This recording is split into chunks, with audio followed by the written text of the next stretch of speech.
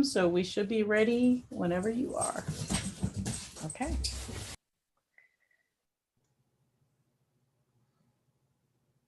Good evening, everyone, and welcome to the Town Board's organizational meeting for Tuesday, January 5th, 2021.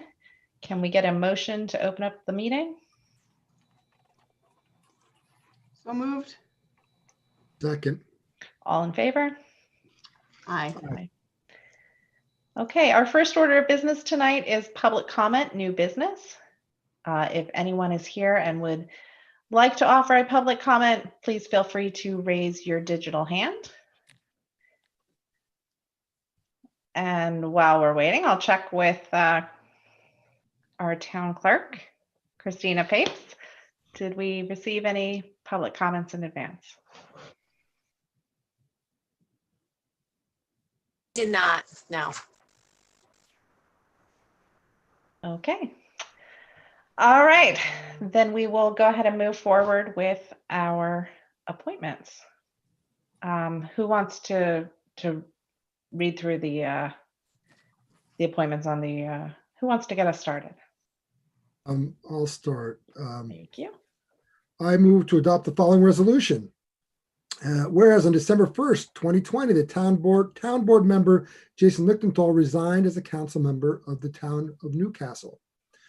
And whereas a resignation created a vacancy on the town board, and whereas Lauren Levin is duly qualified, absolutely qualified, to serve in the position of town board member in the town of Newcastle. Now, therefore, be resolved that pursuant to New York Town Law 64 sub 5 and New York Public Officers Law 42 sub 1, the town board hereby appoints Lauren Levin to serve on the town board until December 31st, 2021, in the position vacated by council member Lichtenthal. And be it further resolved that the town clerk is directed to formally advise the Westchester County Board of Elections to make provisions for the position of town board member for the 2021 calendar year, which is 1-year term, to be filled at the general election next held. And be it further resolved that the town clerk shall take such other and further steps as may be necessary to implement this resolution. Second. All in favor? Aye. Aye. Thanks, guys. Welcome, Lauren. Thank you. I think Christina? there was another appointment though before that, right? Yeah, there was. Yeah. Would it be okay if we take a moment to if I take a moment to just swear? Yeah, let's go ahead and do that. And then, Lauren, you're right. We skipped over a portion of the agenda. We'll go I back. apologize. I thought we would do that first, then we could circle back and Perfect. be part of it. Okay. Even better. Okay. You can- So I'm going to ask you to raise your right hand and repeat after me. I, Lauren L. Levin, I, Lauren L. Levin, do solemnly swear do solemnly swear that I will support the Constitution of the United States that I will support the Constitution of the United States and the Constitution of the State of New York, and the Constitution of the State of New York, and that I will faithfully discharge the duties and that I will faithfully discharge the duties of town council member for the town of Newcastle of town council member for the town of Newcastle according to the best of my ability. according to the best of my ability. Okay, I know you have the oath of office with you. If we could just have you sign that. And then I know that you're going to send that to me and I will sign it and seal it and all that good stuff. And congratulations. Thank you. Congratulations, Lauren. Thank you, You're guys. in the book. Hey, our newest board member. Lori, I'm sorry that it lasts long for you. You're at 5 days to be the newbie now. And That's it. Done. All right. I move to appoint the following for 1-year terms to expire on December 31st, 2021. Commissioner of Public Works, Bart Carey. Marriage Officer, Lauren Cascone. Deputy Registrar of Vital Statistics, the same as Lauren Cascone. Ooh, That's it. need a Yes. second. Yep. Well, second. All in favor? Aye. Aye. And then before we move forward with the remaining organizational resolutions, I have 2 appointments that I get to make as town supervisor. And so the first is that I am pleased to announce the reappointment of Jeremy Sland as Deputy Supervisor for the year 2021. And I am also thrilled to announce the reappointment of Jill Simon Shapiro as the Budget Officer for 2021. Thank you both for continuing your service. Thank you. All right, Jeremy, do you want to go back and pick up with the organizational resolutions number 2? We were at, hold on, sure. Does anyone want to join in? Anyone? All right. I move to designate the Journal News as the official newspaper of the town for the purposes of publishing legal notices during the year 2021. Second. All in favor? Aye. Aye. I move to appoint Keenan Bean as the town council at the rates described in the letter dated December 10th, 2020 for 1-year term to expire December 31st, 2021, and McCarthy Finger as special town council for specific matters at the rates described in their letter dated December 15th, 2020 for 1-year term to expire December 31st, 2021. Second. All in favor? Aye. Aye. Thank you. I move to adopt the Town of Newcastle procurement policy for 2021. This said policy has been rewritten and updated as annexed here too for adoption January 2021. Second. All in favor? Aye. Aye. I move to adopt the following resolution. Therefore, be it resolved that the Town of Newcastle hereby establishes the following fees and charges for fiscal year 2021 as attached in the appropriate fee schedule. Second. All in favor? Aye. Aye. I move to set the mileage reimbursement rate as 56 cents per mile in accordance with the Internal Revenue Service for the year 2021. Second. All in favor? Aye. Aye. Lisa, someone else want to join? Sure. I Number move to adopt Robert's Rules of Orders as the official guidelines for conducting all town board meetings. Second. All in favor? Aye. Aye. I move to adopt the part-time employee hourly salary schedule for the year 2021 as attached here too. Second. All in favor? Aye. Aye. I move to adopt the following resolution for the salary schedule for full-time employees of the town of Newcastle as it appears and is appended to the 2021 adopted budget, with the understanding that salaries for certain union and non-union employees are subject to further modification as a result of employee evaluations and contract negotiations. Second. All in favor? Aye. Aye. I move to adopt the following meeting schedule for 2021, noting that all meetings are held on Tuesdays and will begin at 6:30 p.m. except as noted, and the schedule is set forth in the resolution. Second. All in favor? Aye. Aye. Lauren, you want to go? Sure. I move to adopt the following policy regarding boards and commissions. As of January 1st, 2021, Newcastle will launch a renewed effort to welcome our residents to get involved in town government.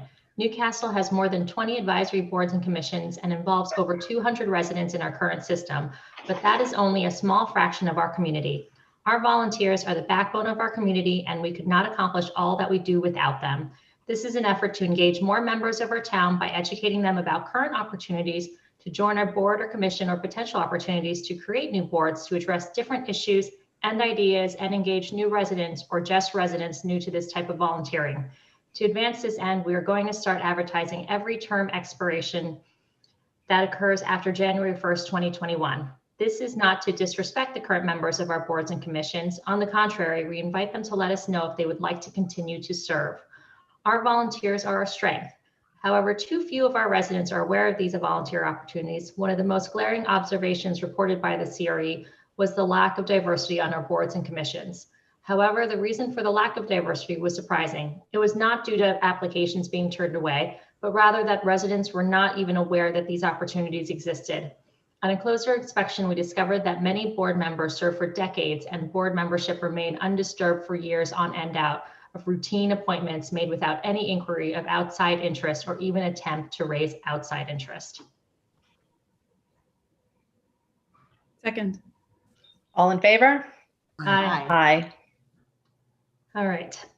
I move to adopt the following resolution. The town board acting as commissioners of the Newcastle Stanwood Consolidated Water District hereby sets the basic district water rate for all water billed on after January 1st, 2021, including water consumed but not billed to prior to January 1st, 2021 to $85 per 1,000 cubic feet. the net usage rate to be billed to consumers within the district after allowance for the ad valorem assessment for water district charges and application of reserve capital proceeds from the sale of an interest in the water treatment plant to the village of Pleasantville shall be $56 per 1,000 cubic feet.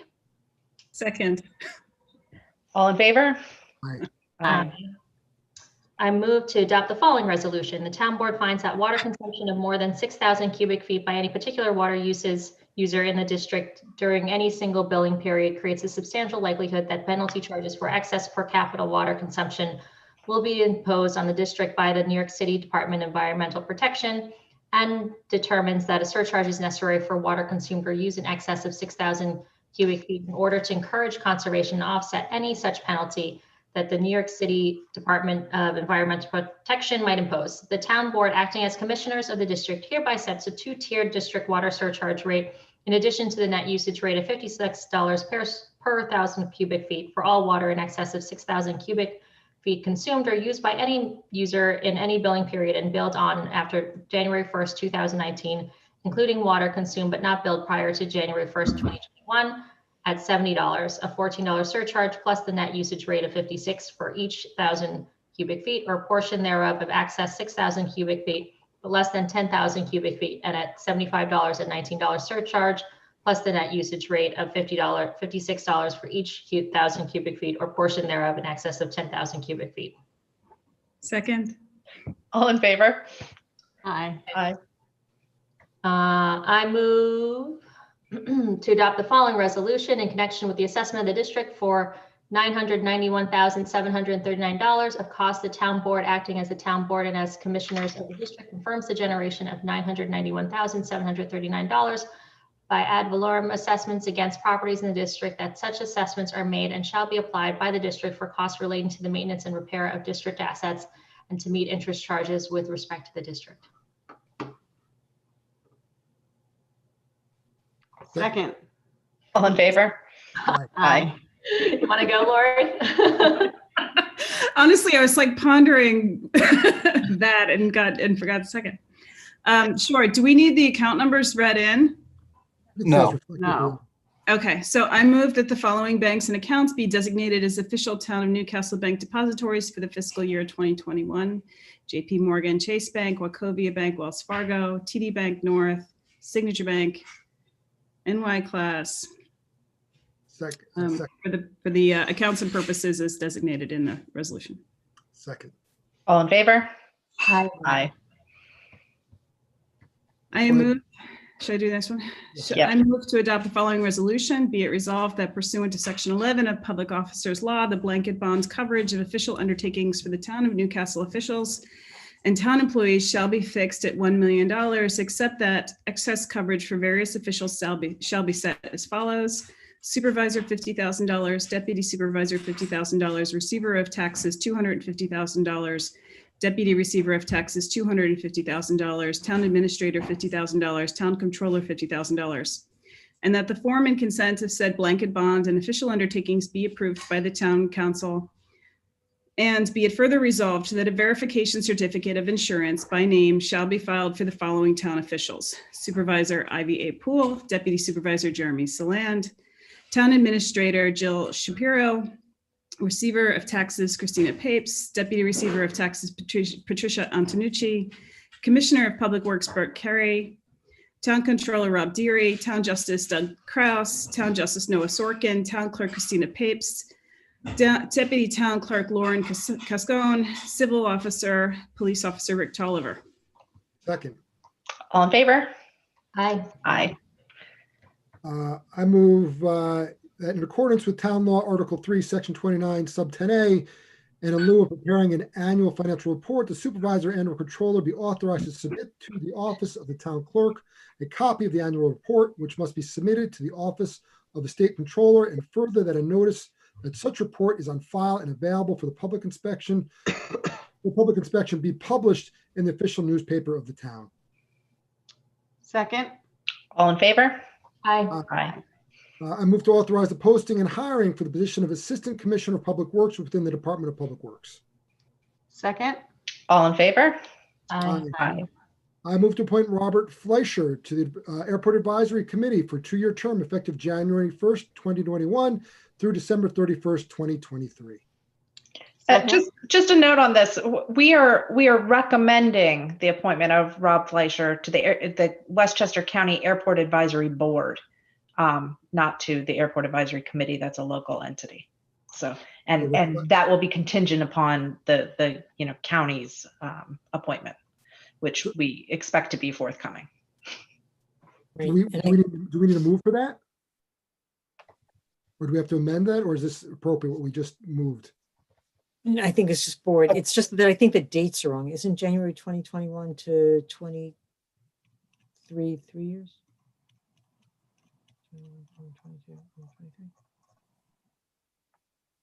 Yeah, it should be all of 2021 and all of 2022. So Yeah. Yeah, it should be expires December 31st, 2022. And we'll get Right. clarification on the term end as well. Yeah, and on that point, we think that the term may end at the end of December 2023, and in which case we'll do an amendment so that this is for the full 3 years of the term when we figure out if it's a 2-year or a 3-year term. Well, then what are we moving? How are we moving this? We can keep it as a 2-year term for now, and if we have to amend it, we'll do a subsequent resolution to Okay, so amend it. I move as amended to ending December 31st, 2022. Second. All in favor? Aye. To adjourn the organizational meeting. Second. All in favor? Aye. Aye. I feel very organized. Okay. I'm hoping it's not short-lived. I say as I try to look for my next agenda on my screen. Yeah. A for effort. All right. So good evening, everyone, and welcome to the Town Board's work session for Tuesday, January 5th, 2021. Can we get a motion to open up the work session? So moved. Second. All in favor? Aye. Aye. Okay, so we have a couple of items on our work session agenda this evening. The first thing that we are going to be talking about, I'm sorry, I've got to pull up my. Sorry, guys, hold on just a moment. A little snafu, I closed a document on accident. That really was short-lived. I know, it really was short-lived. Thank you. I love it. All right, I've got it now. All right, the first thing on our agenda this evening is the continuation of our town board's internal discussion of our comments and feedback on the Formbase Code and the draft generic environmental impact statement. This is our third internal work session on the DGEIS. I wanted to say a couple of words at the top and then offer the same opportunity to my colleagues. So I just wanted to start by reminding everyone of where we are in the process. The work on the Formbase Code began with the formation of the Downtown Working Group in May of 2019. The first draft of the Formbase Code was created in November of 2019, and the most recent version, version 3, was produced on February 3rd of 2020. At that time, this town board reviewed the draft code and issued a positive declaration under the State Environmental Quality Review Act, or SEQRA, which means that we determined that there was the potential for one or more adverse environmental impacts resulting from the Formbase Code.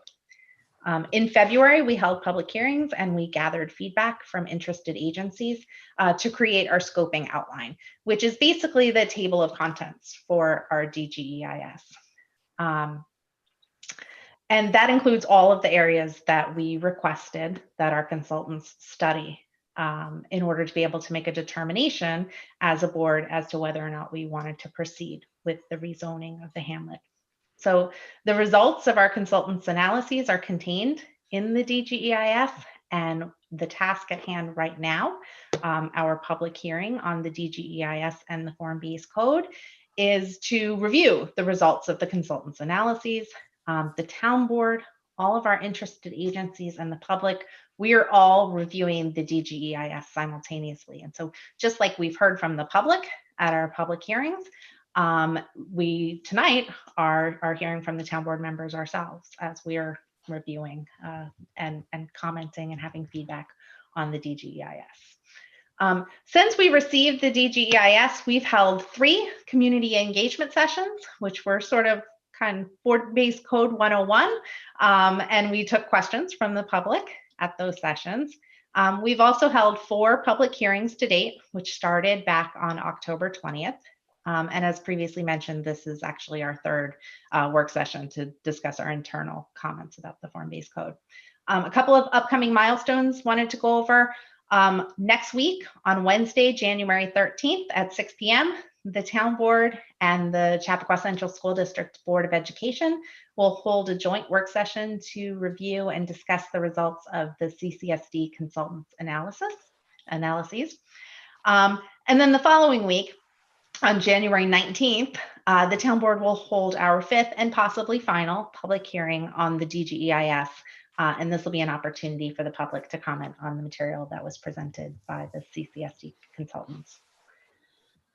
I just want to remind everybody that the D in DGEIS stands for draft. This is a draft. We are listening with open hearts and open minds. I feel like one of those dolls that you pull the string, and I repeat this over and over, but it really bears repeating. We are listening with open hearts and open minds to the feedback from the community and from all of the interested agencies. All of the substantive comments that have been received through the public hearing and through the public comment process will all be reviewed by our professional consultants as required under the seeker process, and they must be responded to in writing as a part of the FGEIS. So the comments that we've received on the DGEIS and the Formbase Code have been posted to our public comment portal on chappaqua.forward.org. We've received many public comments, and this is really fabulous because this is indicative of a really healthy process. Most recently, we've received a really thorough and well-researched memo from the town's planning board, which outlined a number of substantive comments and questions. I'm grateful to the town's planning board for the time and attention that they put into developing this feedback, and I'm confident that this will help make our next iteration of the Formbase Code stronger. So thank you. I've heard from some members of the public who are upset or confused because they feel like they sent us comments back in October, and they're not sure what's happened to them. They haven't seen them addressed by our professional consultants. I want to say to everybody, fear not. As I mentioned earlier, the consultants will be addressing all of these comments that we've received through the DGEIS public hearing and public comment process. And trust me, I am as eager as everyone else is to see the results of those additional analyses and to get the answers to all of these questions. And that's actually why we're considering at this point moving forward and closing the public hearing on January 19th, which would then, we'd keep the public comment process open for another 30 days thereafter, because we really want to be able to get our consultants going and to start to, do those additional analyses and really sort of unearth the answers to the questions that have come up through this public process. So just once again, I want to say this is an iterative process. We're not voting on this version of the Formbase Code. It's a draft. It will change. And I look forward to continuing to work with the public, with our interested agencies, and with my colleagues in town government as we continue to move forward on the Formbase Code. So thank you. And I'll turn it over to Deputy Supervisor Jeremy Sland if you have anything you want to say. I do. As we're getting ready to work with the school district, and I think everyone's excited both here and outside in the community for us to do that, I wanted to remind everyone that one of our partners since the beginning, who literally have had a seat at the table and figuratively been our eyes, our ears, and sometimes our brains, if you will, are the planning board, or is the planning board. They have been a part of this process, and not just a part, they're a critical component to help us, because this is their area of expertise and collectively as a group of volunteers.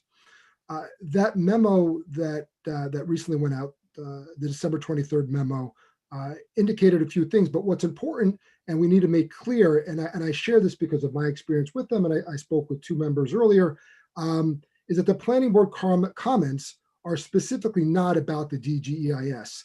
The process it undertook, pardon me, rephrase it, specifically about the DGEIS, the process it took, the findings, and it shouldn't be construed as commentary on the Formbase Code and the proposals that are there. And certainly while I believe, based on my conversations collectively, that they support the Formbase Code, I don't want to put words in their mouth. Just like anyone else, they're going to have different views and have different opinions on things that need to be changed and things that need to be examined and reviewed.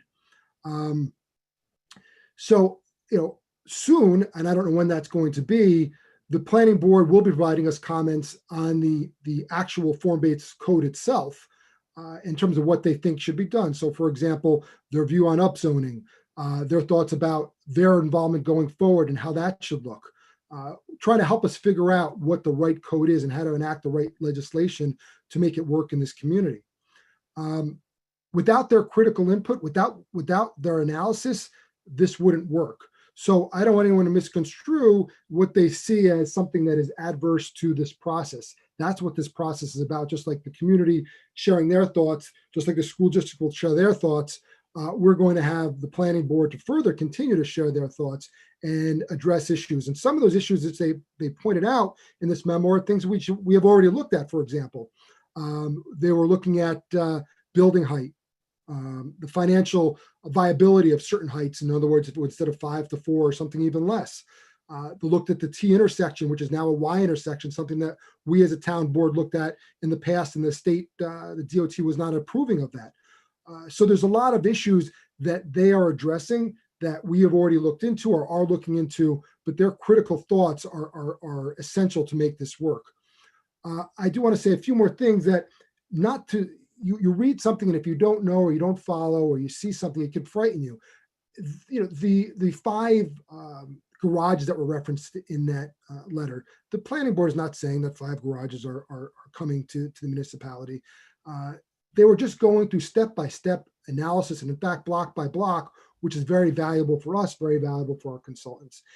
I would also add something that I thought was interesting, and I'm grateful that they put it out there, and certainly wasn't at my behest or my conversation with them, but they noted that what we should really be analyzing is not nearly 1,000 units that are coming new to the town of Newcastle, because that sort of has been a rallying cry, I would argue, of misinformation. And they specifically address this and say that it's not 1,000 units we should be looking at because we nearly already have availability for 400 units to be built if we didn't change a thing. In other words, what our zoning is now, we could have roughly 400 units. So really that number we're looking at is 600 additional units. And I would add one last time when we get to this point later on, no matter how many units there are, if that were to include the public land, which it does, the train station, for example, you'd be losing another 300 plus units that could be removed from public referendum if it was a permissive one that was pursued by the community.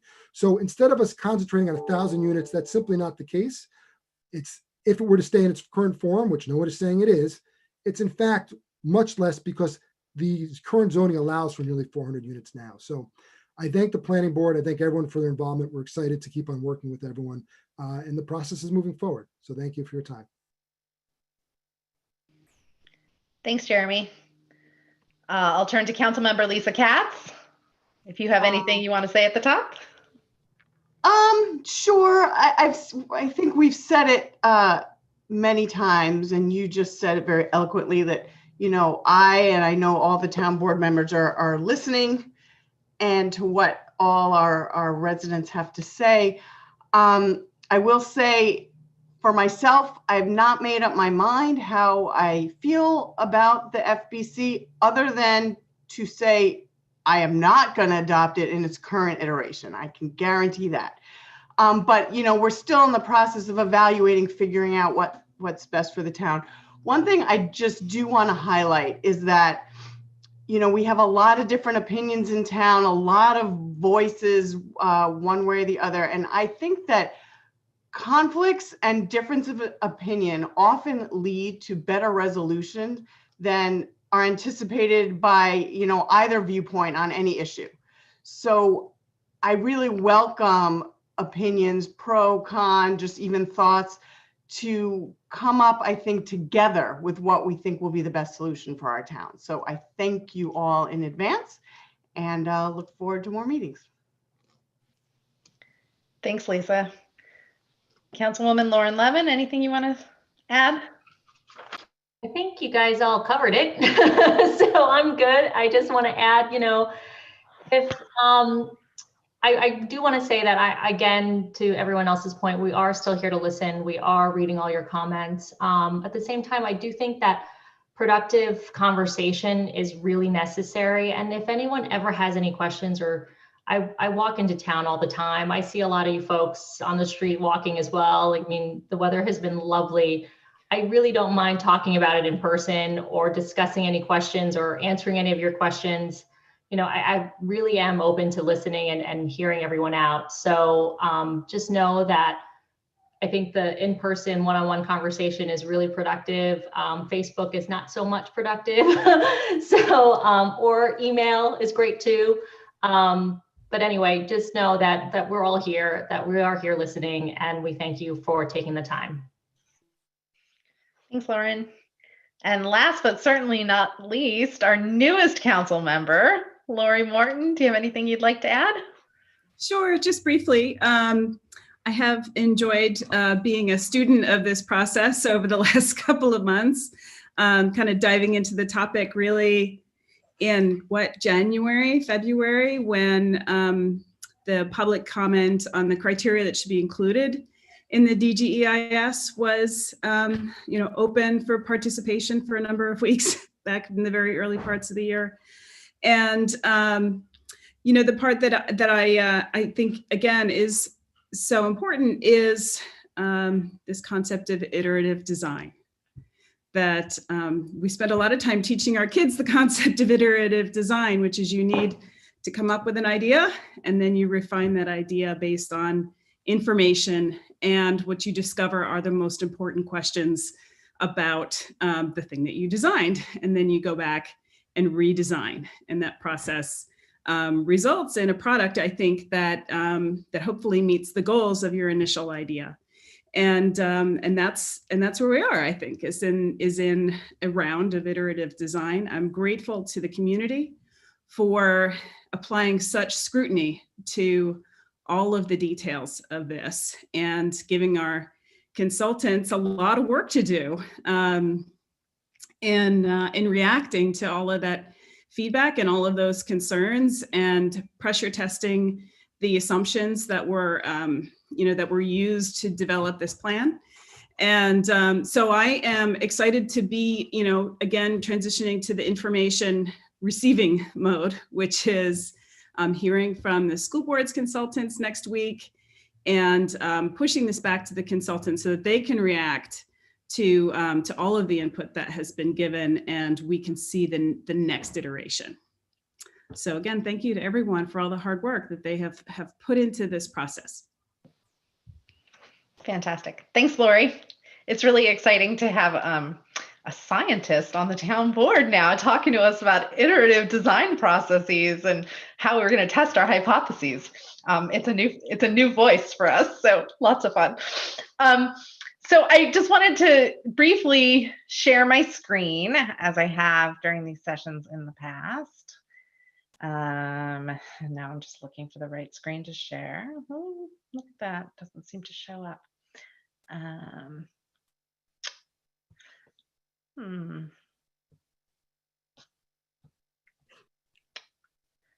move to have another reorganizational meeting. I know, seriously, I did not get organized enough at the organizational meeting, you guys. Here it is. Okay, it showed up this time. Can you see? Yeah, good. Okay, so we've talked in the past about the first sort of 3 buckets here on this PowerPoint that Lauren Levin kind of helped me put things into categories and come up with some topic areas for discussion. So we've gone over the administration and process bucket, we've gone over the regulating plan, and we've talked about housing and retail. And this evening, we're going to be talking about the blue bucket, which is impacts, and the green, which is development and architecture regulations. And I should say, as I've said in past meetings, that just because something is not here, just because there isn't a bullet for your particular issue, doesn't mean that it's not something that is meaningful or warrants further study. These are just topic areas that the town board internally came up with for things that we wanted to talk about. So that's it. I'll stop sharing my screen now. So we'll go through impacts, and we'll start with traffic issues. And I can kind of get us started with some of my thoughts about traffic and how it's discussed in the DGIS. So one of the things that is a concern for me, and that I'm going to want the consultants to talk to us further about, is that if we have as a given, and the data in the DGIS supports this, that the traffic issues are bad now and are only going to get worse. My question is, how and when do we tackle these issues, and what triggers action? And so, for example, there's discussion in the DGIS where it talks about the fact that any substantial development in the hamlet will require improvements to the triangle intersection, and reconstructing this as a T intersection, and installing a traffic signal. And to my mind, I think we need to understand whether New York State DOT is going to support that. They haven't in the past. Do we believe that they will going forward?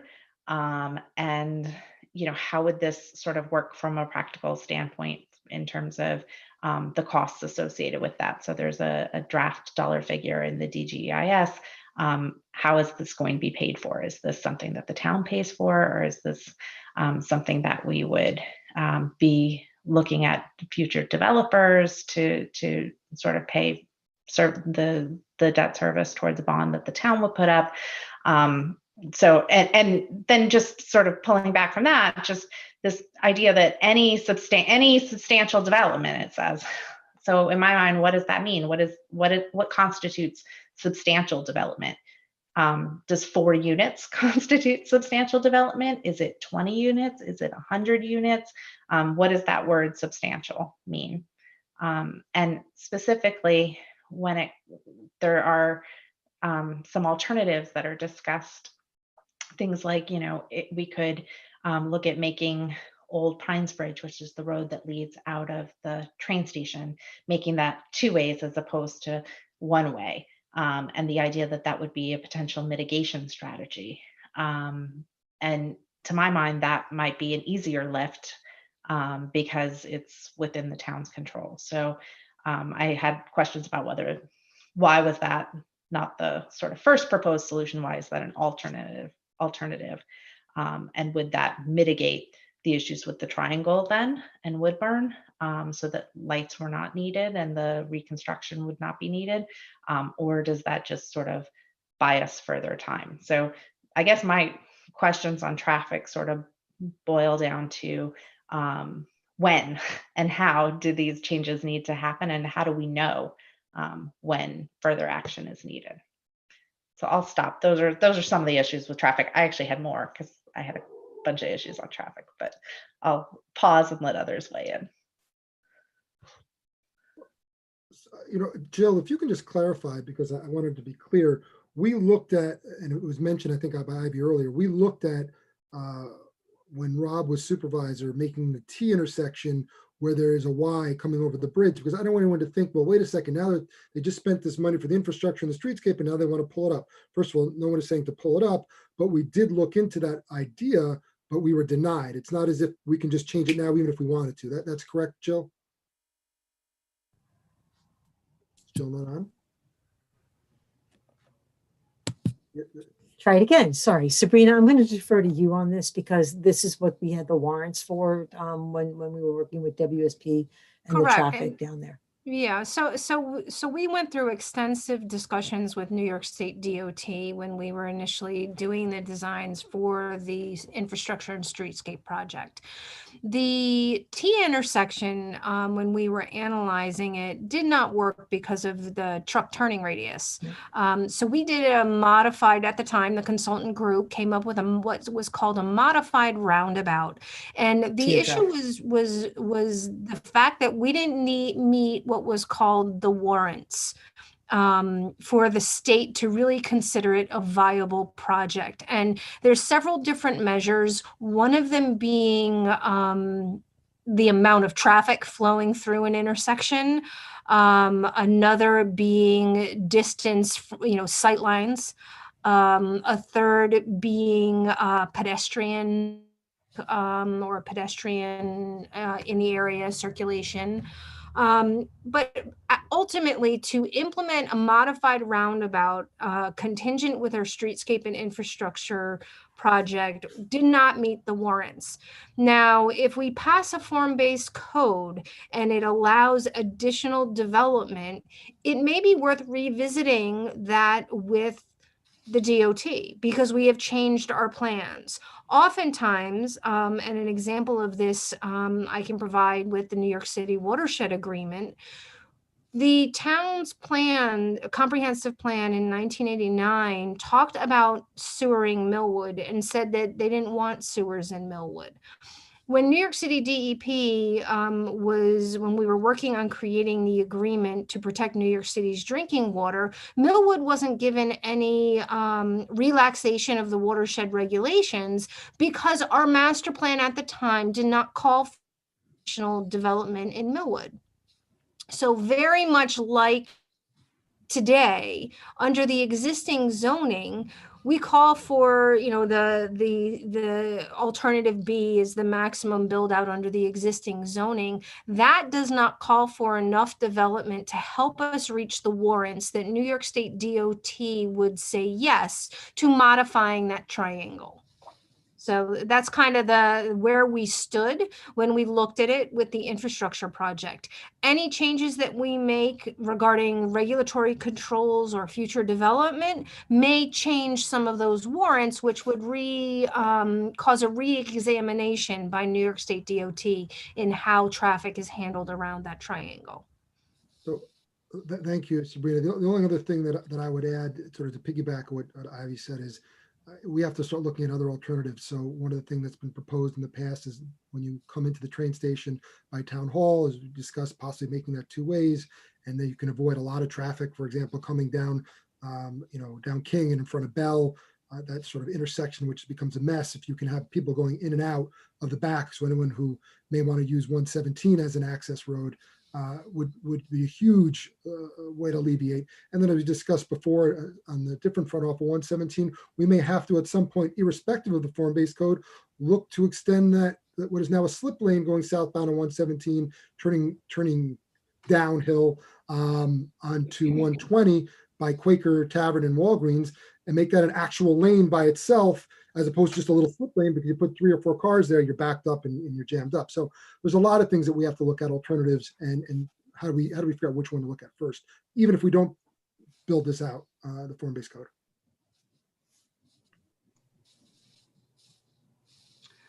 So I have a lot of thoughts about traffic, and I'm really concerned about it.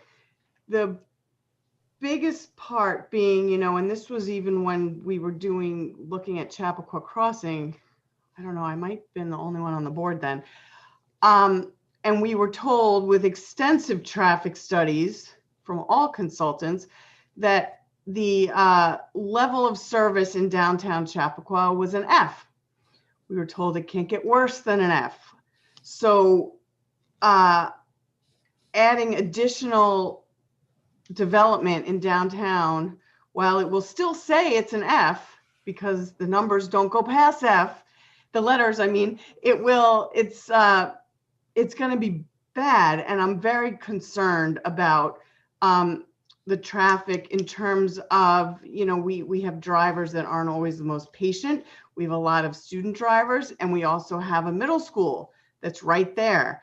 that has, in non-COVID times, significant backups, in morning drop off and afternoon drop off. We've got kids running around after school.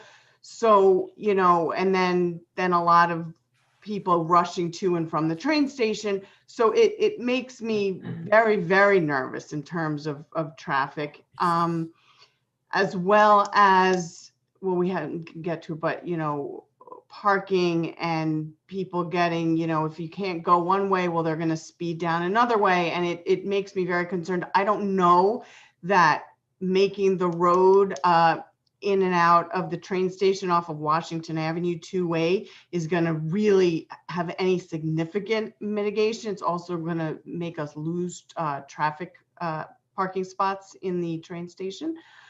But I don't know that that's going to have any significant impact on that kind of traffic. And I do recall there was another issue with the T intersection, Serena, I think was also topography, that you were coming off a pretty decent incline. And to have a light there was going to be a significant issue regardless of development or traffic. So I think that having to change the entire topography of that bridge area to potentially put in a T intersection and a light there would be very problematic. Correct, Lisa, you're 100% correct, which is why we studied the modified roundabout. Right. Sure. And just an aside, when we studied the T intersection for the downtown infrastructure project, this was not the first time it was studied. We actually studied it as part of the bridge reconstruction years ago, and it had been rejected at that time as well for the very same reason: the topography of that light coming to the trucks coming down a steep hill. The DOT would never have approved, didn't approve it back then. Yeah, and so it again, this wasn't even the first time it was looked at. It was the second time it was looked at with the same answer. That's a bit frustrating. And to Lisa's point, even before COVID, like the traffic downtown has always been pretty challenging. And I think what's really challenging about just the street layout of downtown, it's not circular. It's certainly like a branch, right? You've got South Greeley and then these other roads that are branching off. I mean, this may sound a little bit, whatchamacallit, radical, but has there ever been any talk about extending Center Street to like connect to Woodburn so that there's some sort of, I know that's school property, yada, yada, yada, but I just feel like there needs to be more connection with the roads that exist in town today. I don't know if that's something that was ever discussed. Wasn't it also an issue of elevation gain too there? Yeah. Not mistaken. Assuming the school even wanted to partake in that. I believe it was an elevation issue as well. Right, because when you think about even providing a second egress out of that South Greeley parking lot, let's say feeding it into Center Street or right in there somewhere, how many feet differential is it? 10, 15? I mean, the grade just makes it problematic. It's like 2 flights of stairs. Yeah, it's significant. Yeah, that's right. There literally are 2 flights of stairs closer to Bell School. Yeah. Yeah. It has been looked at, Lauren. Again, we don't own the property, but it definitely was one of the things that we talked about for circulation at some point. But again, that's prime real estate down there, whether it be fields or parking. That is, just problematic. At one point, we even toyed with the idea of using that internal roadway that the school has that would put traffic behind Bell School to try to like create the loop that would go up and around that way. And under Jerry Fila, and that was rejected as well. But Kind of bounded by rock and Yeah. building. Yeah. Be really hard, I might imagine. yeah, if it was easy, it would have been done. So that's why this is what we're left with. But one challenge after the other. Yeah. It worked well for a book drop off the end of the school year. So, just to my mind, I don't know if anybody has any other issues on traffic that they want to discuss, but I feel like this question that Lisa's raising is really important.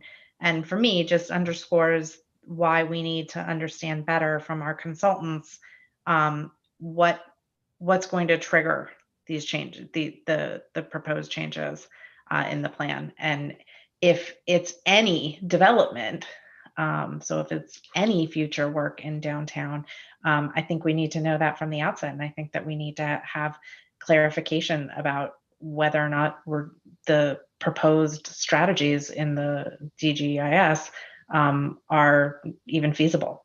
And if that means having to reach out to the state now to get a sense of whether or not they're receptive to the ideas that are presented here, I think that that's something that we would need to take on. But keep in mind also, Ivy, again, as you discussed before, the law or the zoning permits now hundreds of more units. So those units in theory could come next month, next year, and 2 years, even if we did nothing. So irrespective of what the form-based code is, there's still You make a good point. issues here now. This is not because of the form-based code. It's real now. Have we gotten over the years, since this has been kind of a persistent issue, I don't know, consultant advice on how to make it better? Are there recommendations that have been made to the town that haven't been implemented to try and alleviate traffic flow or improve traffic flow? With the downtown infrastructure and streetscape project, installing that light actually improved traffic, or was intended to improve traffic in the form-based code. And when we went back during the draft before it was released publicly, we asked the same question, Ivy, about timing. And there was information inserted in document today which states that the improvements, you talk about substantial development, they said it was, in my conversations, very geographically related. If there was to be improvements on town land, then you would look at traffic on Washington Avenue, at the entrance onto Washington Avenue, you'd look at the light down by Bank of America, and then King Street. If you were to look at improvements up on North Greeley, it wasn't really necessarily affecting what happened down at the train station or Woodburn, but you may want to consider the intersection where the light was just installed. And I think it's important for people to understand that the light that was installed on King Street right now, that just barely met warrants. It was really the fact that there was a history of accidents at that intersection that the state approved that light. That also was not a traffic light that was easy for the state to approve, because in their minds, they don't like to interrupt state highways with traffic lights. But because of the location, the topography, and the intersection that is there today, they very much approved it, but it didn't check all their boxes, if you know what I mean. So there is recognition that is a growing problem, and it doesn't stop. And in the DGEIS, it even states that if you fast forward 20 years, based on the traffic analysis that was done pre-COVID, the town would be required to examine certain improvements in certain areas, the triangle being one of them. And again, the light that we installed at Lower King and Greeley, that it will only serve us well as traffic increases in the future. Did it move us from an F to a D? I can't answer that. I cannot answer that. And I can tell you that the under the DGIS, if you look at the tables and the rating of the intersections, the F is only on certain stretches, and it is a new F. It's not an existing F today. And the traffic light improved at the current rating. I don't recall what it was of the King Street Greeley intersection. Improved it from what it was. Yes. And Sabrina, am I remembering correctly that initially we did not make the warrant on that light? We did not, no. And we really had to push due to pulling accident history and the fact that it was the center of our downtown commercial area where we had two commercial streets crossing. That was very important to allowing the state to allow us to have that light. So I think maybe we can move on to the next topic area, which is parking, since they're sort of closely linked to one another. I just, on the traffic question, you know, as we get further additional clarification on, you know, the sort of sequencing and how and when, you know, I would just also say that, you know, with regard to there's this language in the DGIS that talks about monitoring traffic conditions, and my question is who's doing that monitoring and who's paying for that? So that's one more thing for us to think about in the traffic arena. But maybe we can switch gears and talk a little bit about parking, since they're sort of related. You know, to my mind, I'll kick this off. I'm sure everybody has a lot of questions on parking as well. So I feel really strongly that the sort of dependency on parking availability needs to be more fully studied. And I feel like if the town needs to construct, if building a parking garage is an imperative in order for us to be able to move forward with the Formbase Code, or for portions of the Formbase Code, I'm wondering whether the town needs to be engaged in doing a fiscal study around the cost of building that parking garage and where it would be built and how it would be paid for. And so if the notion is that we would have a sort of fee in lieu of parking, which is discussed in the DGEIS, shouldn't that be ready to go at the time that the Formbase Code is passed, so that all of our sort of future developers are able to then buy into that? So that's kind of one question that I have. And then the other is, you know, really the parking is so closely linked to the town-owned land, and specifically to the train station parking lot. And so I guess my question is that if the town were to go with, I think it's alternative C, or you know, the one that talks about carving out the town-owned property, so no public property as a part of the form-based district, or if in the future a permissive referendum to sell town-owned land were to fail, or a future board were disinclined to ever sell town-owned property, what impact would that have on the ability to meet the demand for parking that is analyzed in the DGEIS? So to what extent does the train station parking lot become kind of a linchpin in being able to park all of the cars that would be needed or anticipated, rather, as a result of you know, maximum build out under the Formbase Code? So I'll start there. Those are some topics to get us started. And I don't know if anybody has any reactions to those thoughts.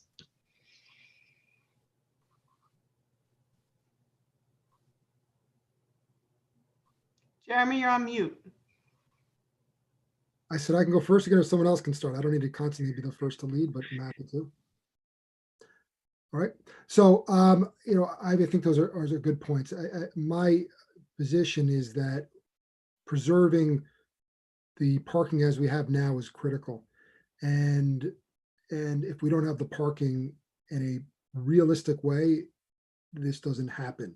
And so how do our consultants give us the right information to make sure it's accurate? And actually, I'm really pleased with the planning board, how they're looking at a block by block analysis to ensure that whatever development comes, we're not losing parking.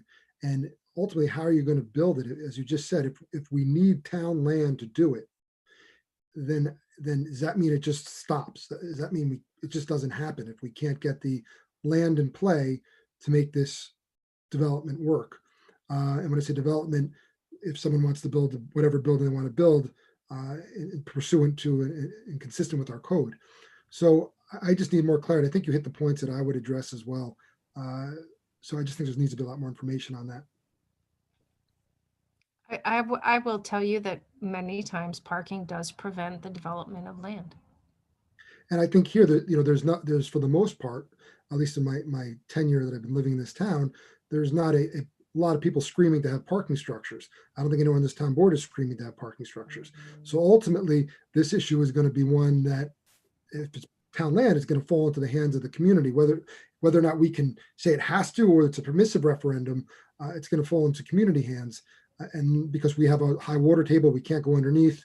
But even if there is ultimately a parking structure somewhere, we just need to make sure also that it's done in a way that is not as so, I'll use the term, offensive or in your face. So that it's properly, set in the right location, it's screened in the right way.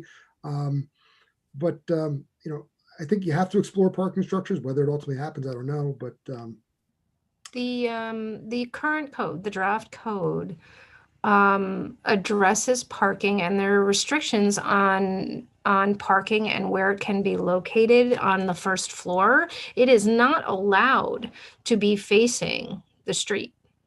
It has to be set back on the property, which in many instances prevents the development of projects to meet the code, depending on what the code allows, because of the cost of the parking. Because we still, although we adjusted our parking requirements in the DGEI, in the Formbase Code, in the draft, we reduced them from what they are today, there is still a requirement to provide parking. So the number of parking spaces that you can provide on a portion of your ground floor, which is not directly adjacent to a street, is limited. And then you get into cost issues and height issues as you look to build up and increase your number of units. So there's a whole, it's a many faceted issue. And I hear you that you would like more information to help you negotiate the understanding. absolutely. Is there, I really don't know at all what is involved with this kind of thing, but is it at all feasible to create a parking structure that allowed for direct access to the train platform?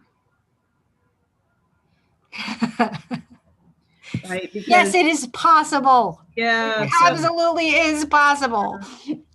I think that like convenience is such a big deal for people who use the parking.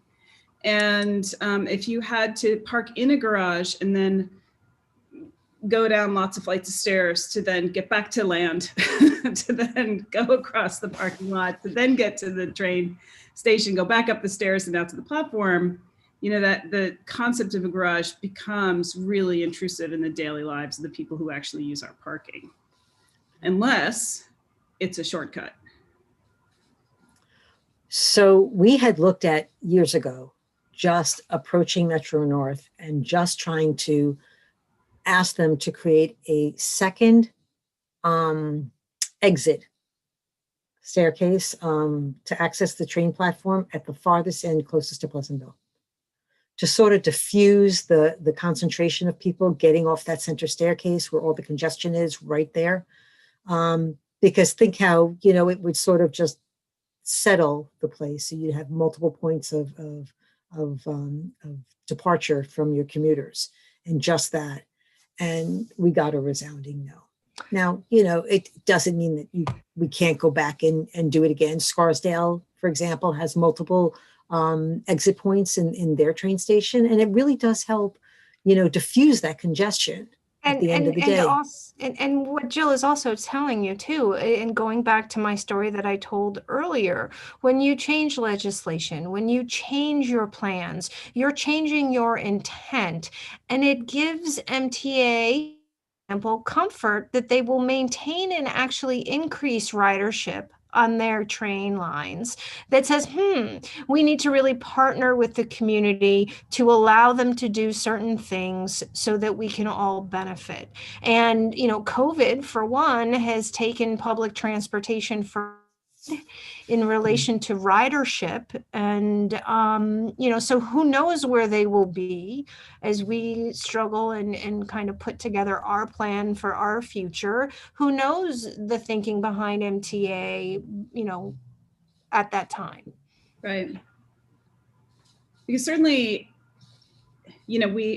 this challenge that we feel like we have all of this land that is covered in pavement. We'd love, for it to be, we'd love for it to be put to more constructive use. I mean, even if the goal were to have, open green plaza space in that heart of our town, instead of parking.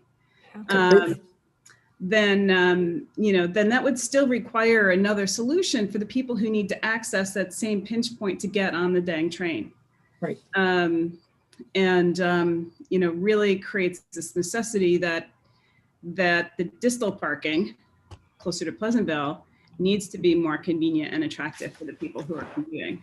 Right. And also think about the fact that, as the weather turns lousy and snowy and icy, that you're in a covered parking spot getting into your car after a long day, that, you don't need to deal with the elements, whether it be the heat or, the sun beating down on it or the snow. So there's something to be said for a covered parking spot. Yeah. And I also want to mention for folks, just so that it's kind of out there, that, going through this process, it gives agencies an indication that we are serious about improving the condition, whether it be through creating park space, open space, constructing a garage, increasing apartment, whatever it may be. It sends a message that we are serious about asking for support, asking for financial assistance. It really helps in the long run to point to a process like this that says we have thought through this and the community has engaged and this is what we want to do. And there's still a big question mark on what we want to do, but we are moving in the right direction and following the right steps to make us eligible for funding that otherwise we would not be eligible for. Absolutely. I see that. One of the other social media discussions that happened over this past week that I thought was a really phenomenal one was around, generation of solar, establishment of solar infrastructure at the parking lot, allowing that to create a covered parking opportunity. And I think one of the residents, Dean Rock, had a really phenomenal point that was about, considering opportunities, for future proofing and creating infrastructure for charging stations. Coupling solar infrastructure with charging stations, really appreciating the direction of automobile transportation and driverless cars, and the things that are coming that we as a town could be proactive about preparing for and creating, again, additional value for people who will use the parking property that the town offers.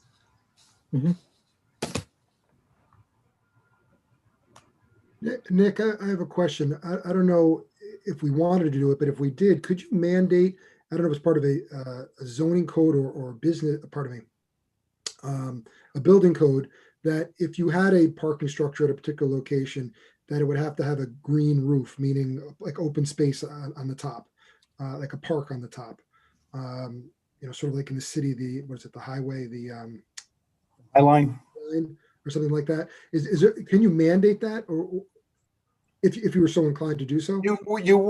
Yes, you could. If you were inclined to do so and you wanted to make that part of your zoning, and assuming it's feasible and you build in some way where someone could still build if it weren't feasible for some reason they could demonstrate, yes, you could make that a requirement, that it's one of the criteria they need to satisfy, that it's a sustainable roof, that it's a public open space. You can put that in there, yes, and we can work with you on that language.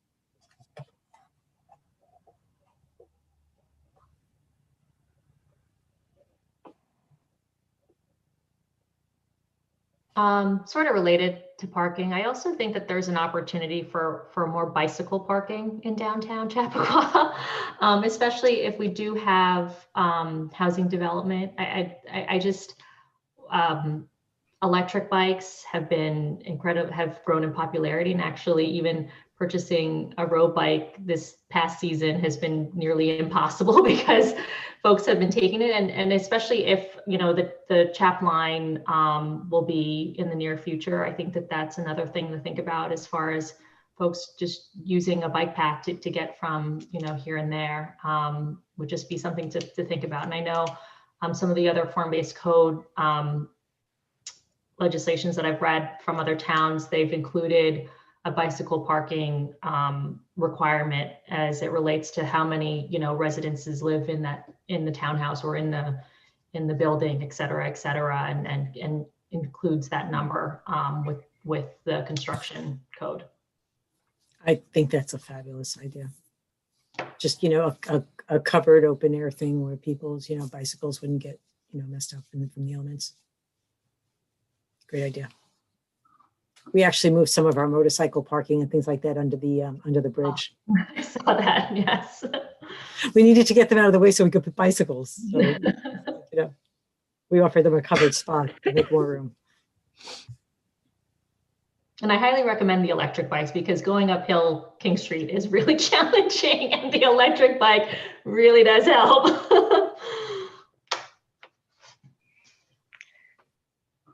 So the only other issue, I know it's been raised before, so I'm sure, Sabrina, you've already flagged it, but just related to parking, is the idea of offsite parking, and wanting to take another look at, you know, whether the allowance for up to 1 mile away from the sort of destination as it's currently allowed under the Formbase Code is really feasible, and whether that should be reduced. So is it reasonable to think that someone's going to park a mile away from their destination?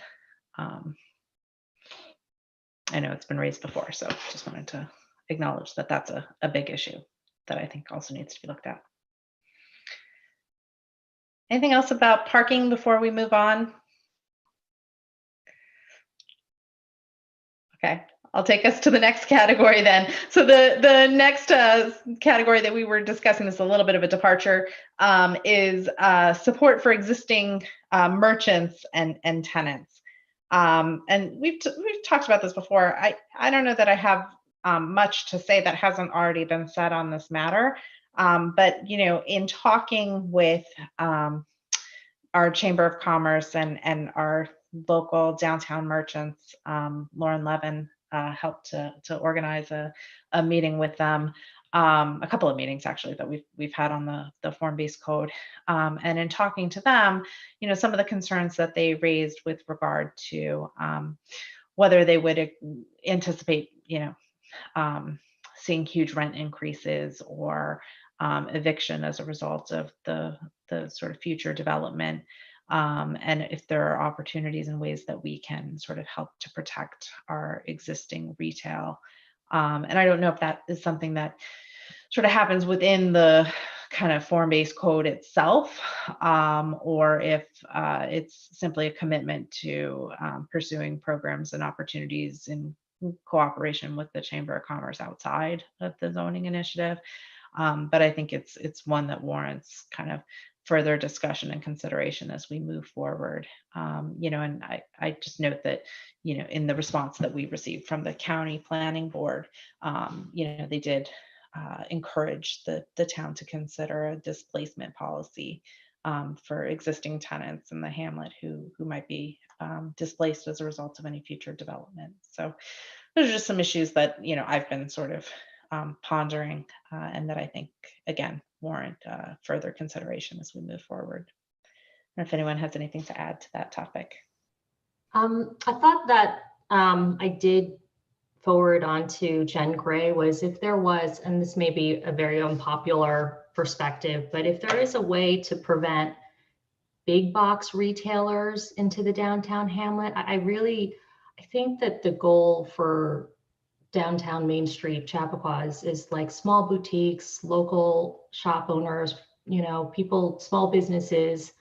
And unfortunately, we can't mandate that. However, we can, per Jen Gray, she did suggest that if we wanted to limit retail spaces of 3,000 3,000 square feet. So that would eliminate a lot of, very highly competitive stores and any big box retailer, whatever, what have you, from coming into town. I usually am not the type of person who tries to prevent business from coming into town, but at the same time, I'm very cognizant of how retailers with their purchasing power can put a small business out of business. And so I think that that's really something that we can look at.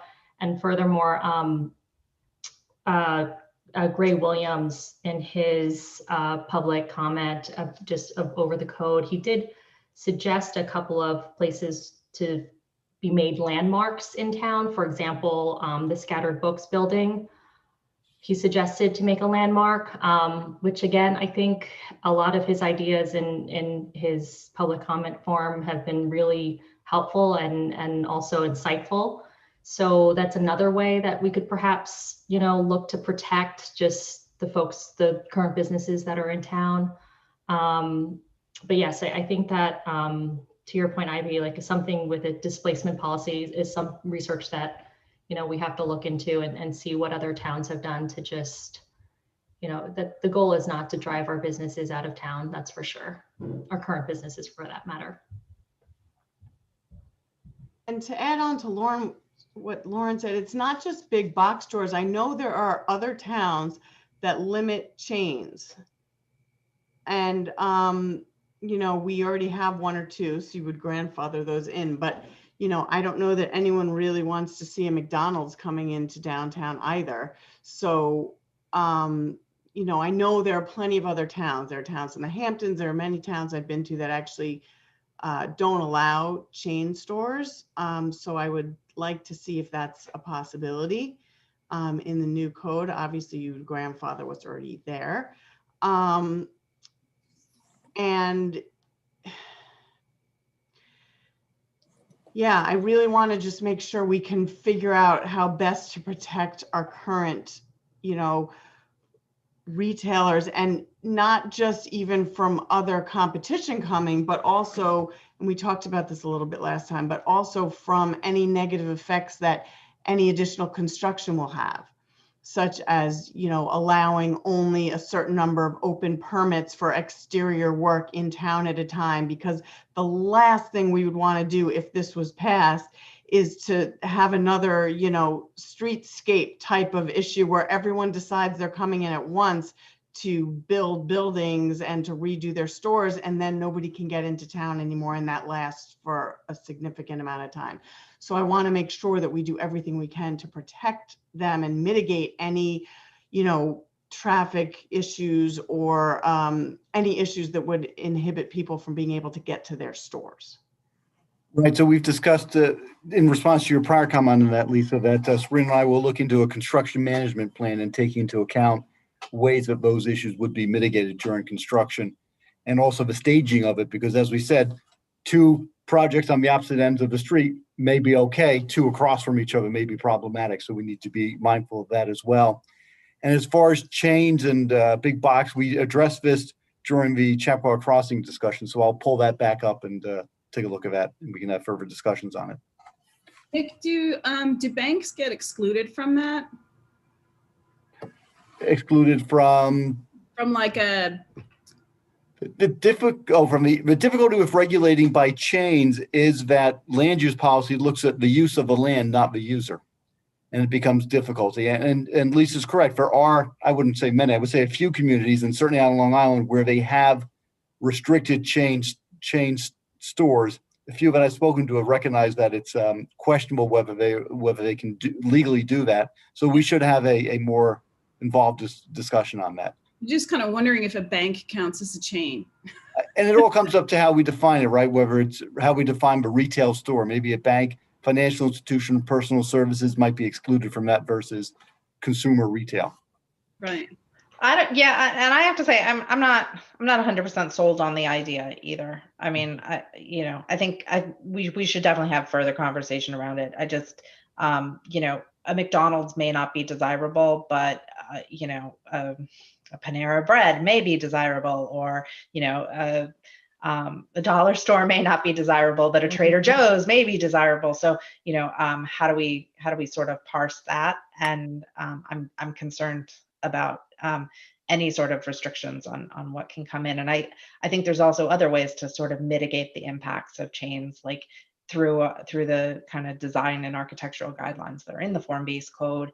You know, if you had the Dunkin' Donuts move back into town, we'd have requirements now about what that sign would look like and what that storefront would look like. That maybe, you know, would make it a more desirable. Well, in my mind, Dunkin' Donuts is always desirable.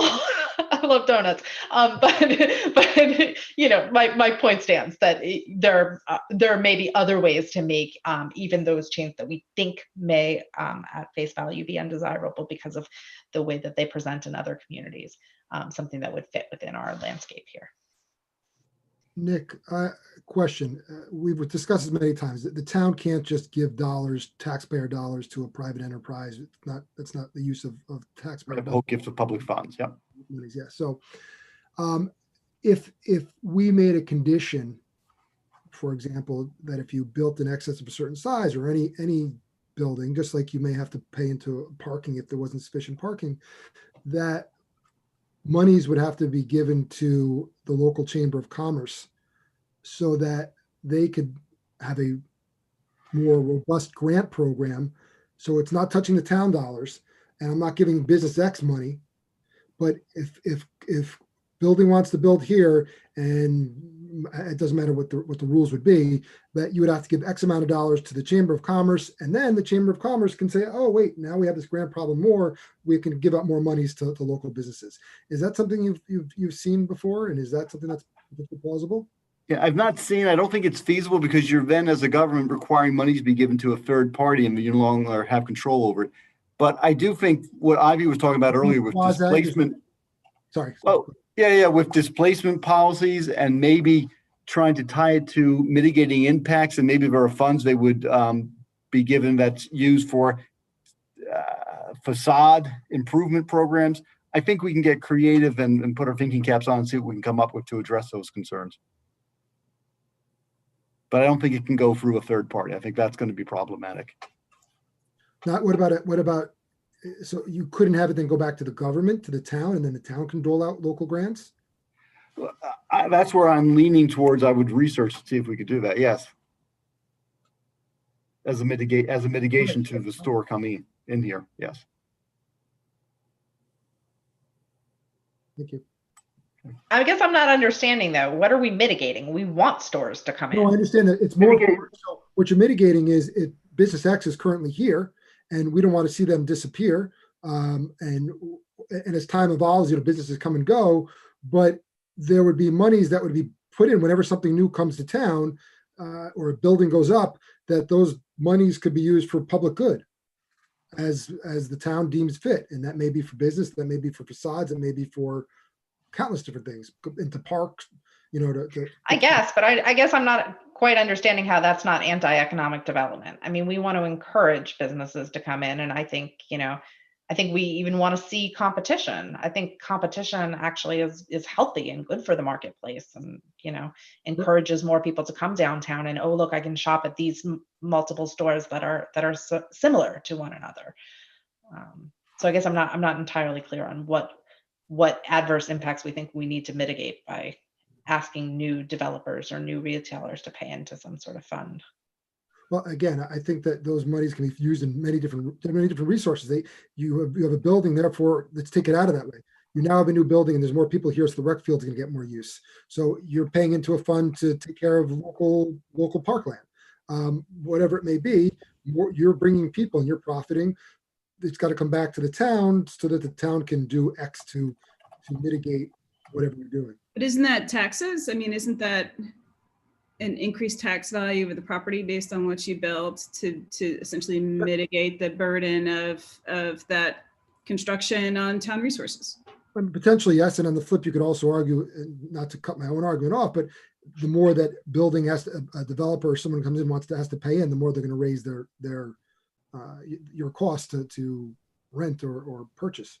So I feel like what you're suggesting though is more it's less about anti-competition and more about sort of if we are increasing the number of residents within the hamlet, and therefore we think we're going to see additional usage of public spaces.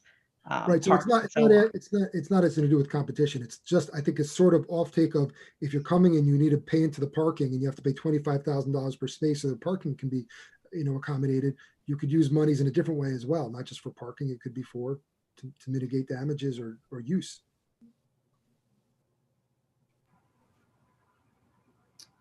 On this, perhaps it's related, but can you have a requirement for a relocation grant for existing tenant, right? If your building that your business is in is going to be torn down and reconstructed, can there be a requirement for the developer to provide a relocation grant for the existing tenant? I don't have the answer, Laurie, off the top, but that's one of the things I put down to look into to see if that's something that we could provide.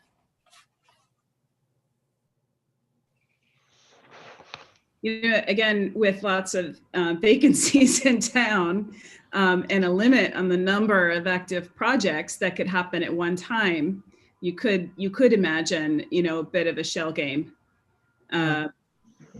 if the resources were provided for an existing tenant to relocate if their building was subject to reconstruction.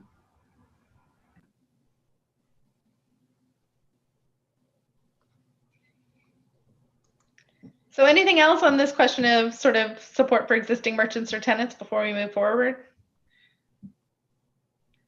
Okay, I'll go ahead and keep us moving forward. The next area that we were going to discuss under impacts is COVID impacts. And again, this is an area that I know a lot has been said. So I don't know that we have too much more that we need to add that hasn't already been discussed pretty thoroughly during the public hearing process.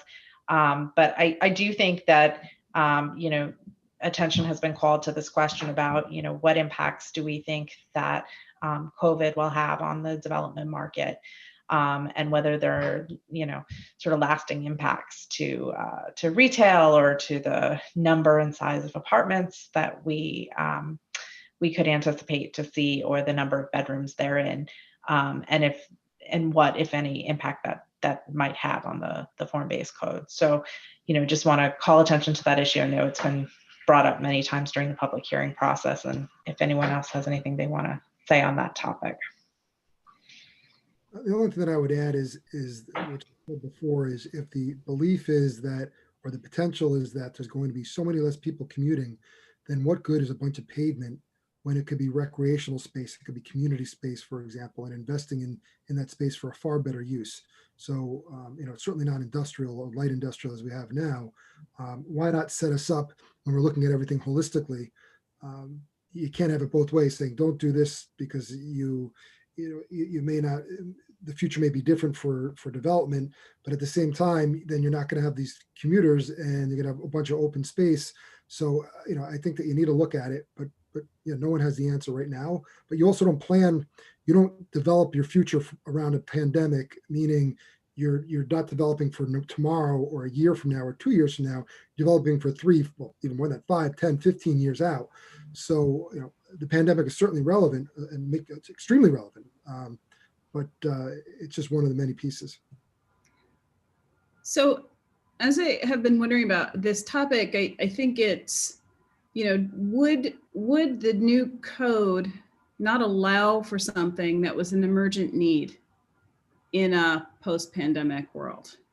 That I suppose I'm less concerned about the code enabling something that's not needed.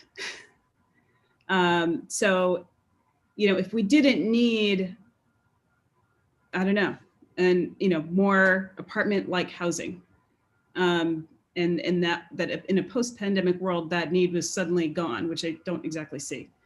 Then it wouldn't be commercially viable to build it. Presumably, that there's pressure on on someone who's going to make the financial investment to build something that's going to be viable. So it's kind of seems like less risk to enable something that's not needed because there won't be financial pressure or viability to build it anyway.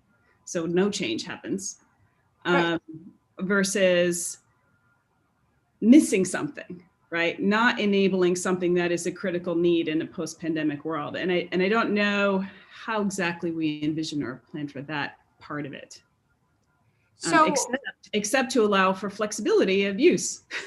right, and that's what I was going to say is the intention of the code is to create that flexibility. But as we've seen in the pandemic, we've made exception to our codes, across the board. Every municipality has when it comes to outdoor eating, creating spaces for people to function outside of establishments.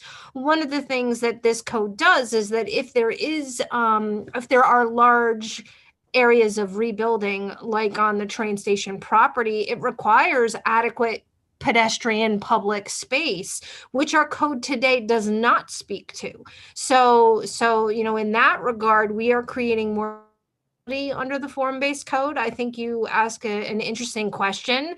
What are we missing? And I can't really speak to any of that right now. I think that the intention is to be more flexible than we are today.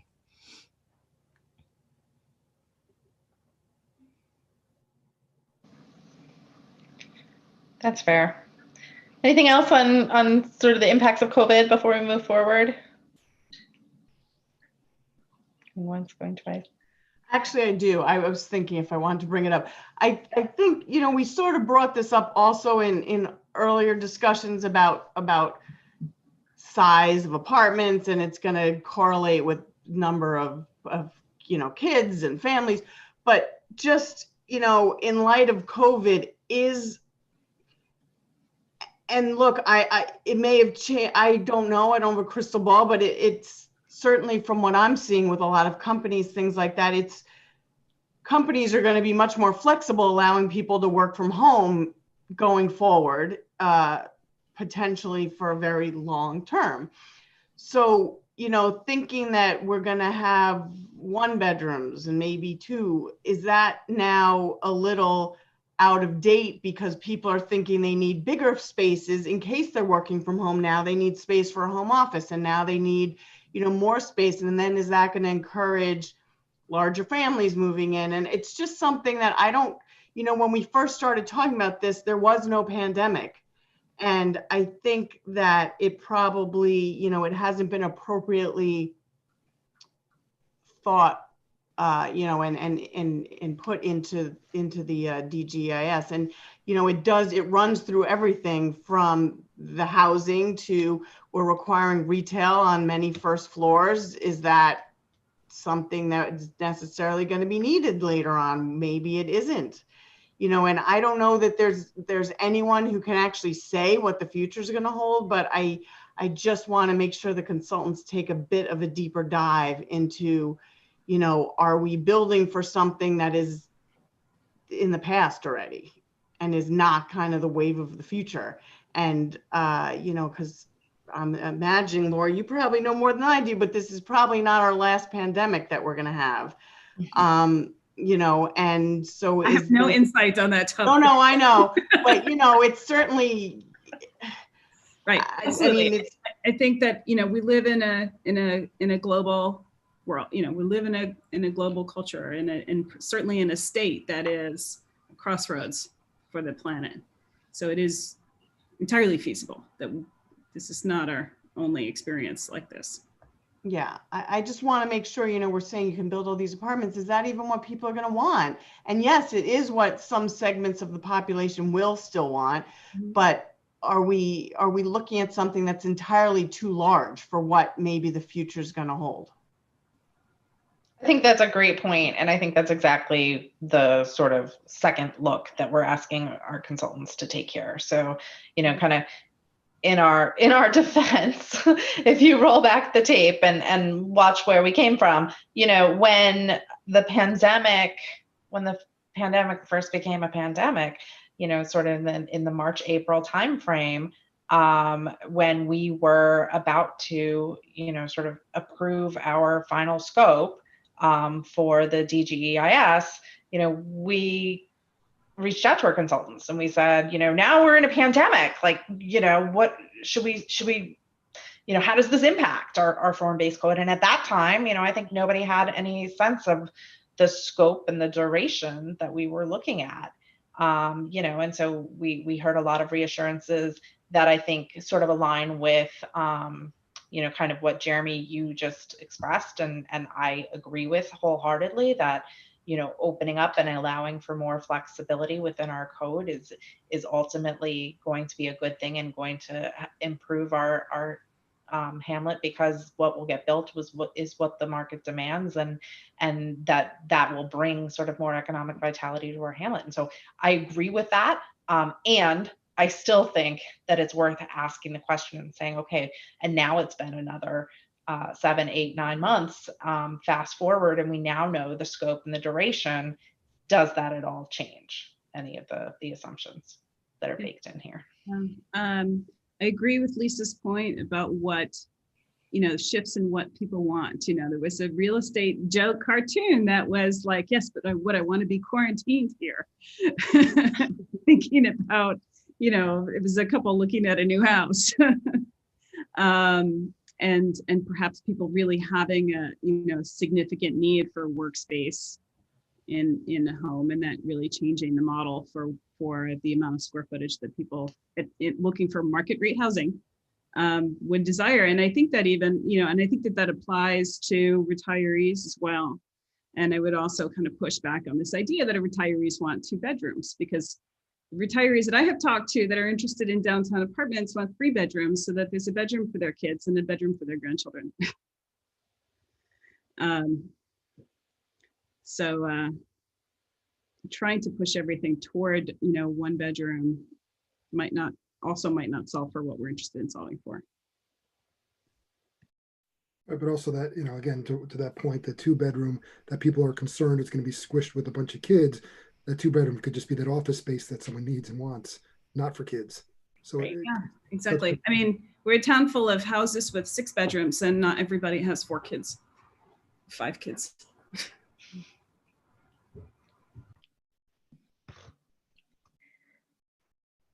Okay, moving forward, the last topic area in the impacts bucket was profitability and market scan. I actually feel like we sort of covered this in previous meetings. I don't know if anybody has anything they want to add to this. I think we've made clear our intention to review the sort of data that underlies our profitability model, and to take a look at whether the assumptions that are sort of baked into the form-based code with regard to building height and profitability should be further analyzed by testing additional locations. And so, I don't know if anybody has anything to add on that. I know we've discussed it in previous work sessions. I think Ben Herman is content. He doesn't want us to look at it. I see you out there, Ben.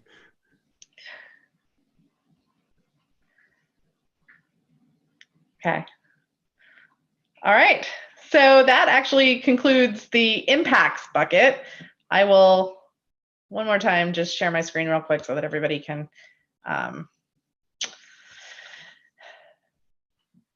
just take a quick look at where we are. Okay, so we've now done the first 4, orange, gray, yellow, and blue. And we have one last bucket that we were going to talk about as a town board. And then certainly if you guys have other topics that have come up sort of as a result of these conversations, please let me know. And that last bucket area was development and architecture regulations. And underneath that, we had sidewalks, green buildings, and architectural styles. So I will kick off the conversation here and then give everybody a chance to jump in. Just with sidewalks, I actually pulled out, there's a quote within the DGIS that says, it is proposed that sidewalks be added as development progresses. And my question, Sabrina, back to the consultants would be, what does this mean sort of practically? Does that mean that sidewalks must be implemented, or that they may be implemented? And how do we make that happen when we're looking at New York State DOT streets, so Route 120, and also, and I know we discussed this actually at our first meeting, will the steep slopes along Route 120 preclude the ability to install sidewalks? And in that case, would we need to alter the setbacks that are required within the regulating plan? So those are some questions that I have about sidewalks to kick off the process. Those are good questions.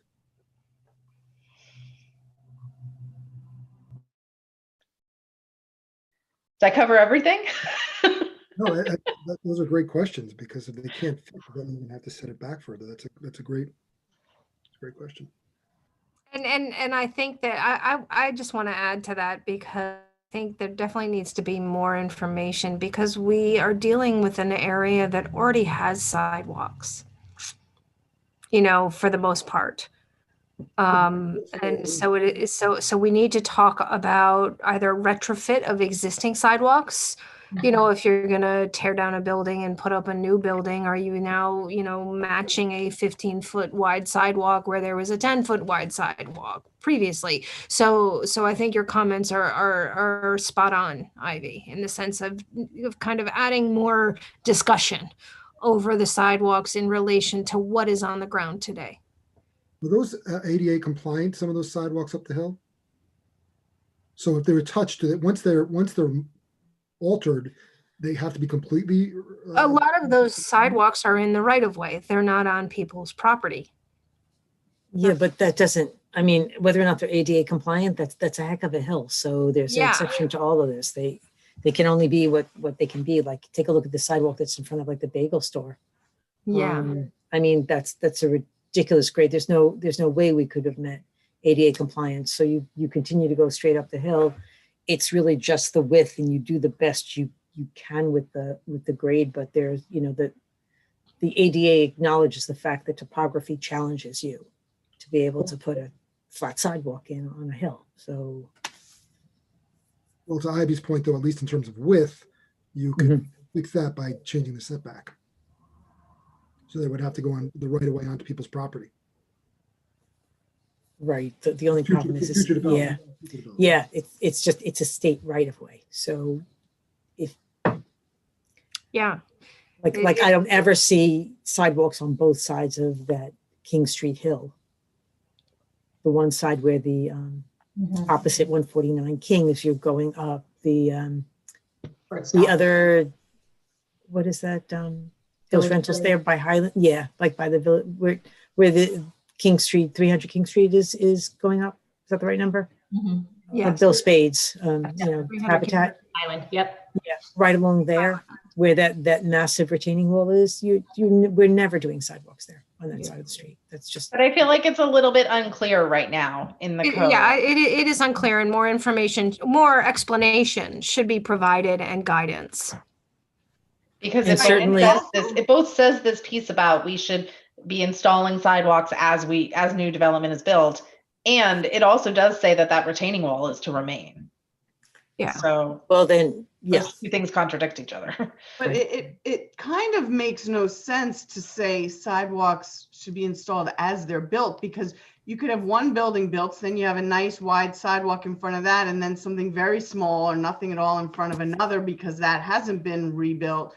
So I think it's going to look ridiculous too. So we'd have to figure out a way to make it so that you're having equal sidewalks everywhere for a significant span, not just in front of each new building as it gets built. But again, going back to the fact that there is groundwork already for existing sidewalks, that if you were to develop on town property, you would be talking about new sidewalks on town property. Right. And it's saying, if, I think that is what that statement means, is that as you're developing, if you develop on town property in accordance with the code, you need to put in your sidewalks. Oh, I totally agree with you that that's what that statement Right, means, but- that it's but- referring to town property. But, I don't think the town property is what's going to be developed first. Right, So- but, No. but I would say, other than that King Street, that one side of the King Street hill, there are existing sidewalks there.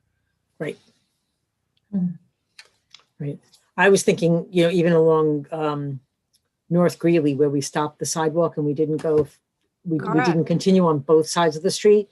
There certainly should be sidewalks on both sides of the street. Absolutely. And for example, if there was a property owner on the side of North Greeley, they Right. would have to allocate area to put a sidewalk in on their side of the street in front of their property. And that's a very long property owned by a single owner there. Yep. But we And would- that we sidewalk certainly would want need to be consistent with the sidewalk that's in front of the former Rite Aid building. Yes. Without question. Yeah. And we just need to make sure, and that's what the code says. The DGEIS does not add any flavor around that to help explain the intention. Okay. Good. Anybody else on sidewalks? Sidewalks, we love them. Do more of them. Okay, the next category was green buildings. And, Sabrina, I feel like this is an area that we've touched on a couple of times with regard to our sort of green building standards as they exist within the code today. And, I know when this has come up before, we've discussed the idea of making those changes separate from this process. And I guess my question is just, you're laughing. Should I? Well, I'm laughing because, on that tour of 300 King Street, which is a phenomenal building, which is using wonderful green building techniques. And one of the things that is relatively simple to do right now, take that list of improvements and green building techniques that are being implemented there and measure them up to our green building standards in our code right now and propose new legislation for you. To bog them down in the form-based coding process would make included. But we are a cleaner, greener community, recognized by the state as such. There's nothing more than, your staff would like to see happen in regards to increasing our green building. But again, making it so manageable for everybody and not exclusionary when it comes to construction. And that a very frank and honest discussion that I have had many times with Bill Spade, so much so that he and I are working on a list of those techniques that are being implemented to ensure that they are economical on every level and not exclusive, because I do believe that we can incorporate them into our code much more readily than waiting for the form-based. And how does that match up against like the stretch goals that were implemented like in Ithaca and? Well, is we've that had similar? a discussion about that as well, in relation to our green building code. And there's pros and cons with the stretch code. And, I think that that's a different discussion than discussing it contingent with the form-based code.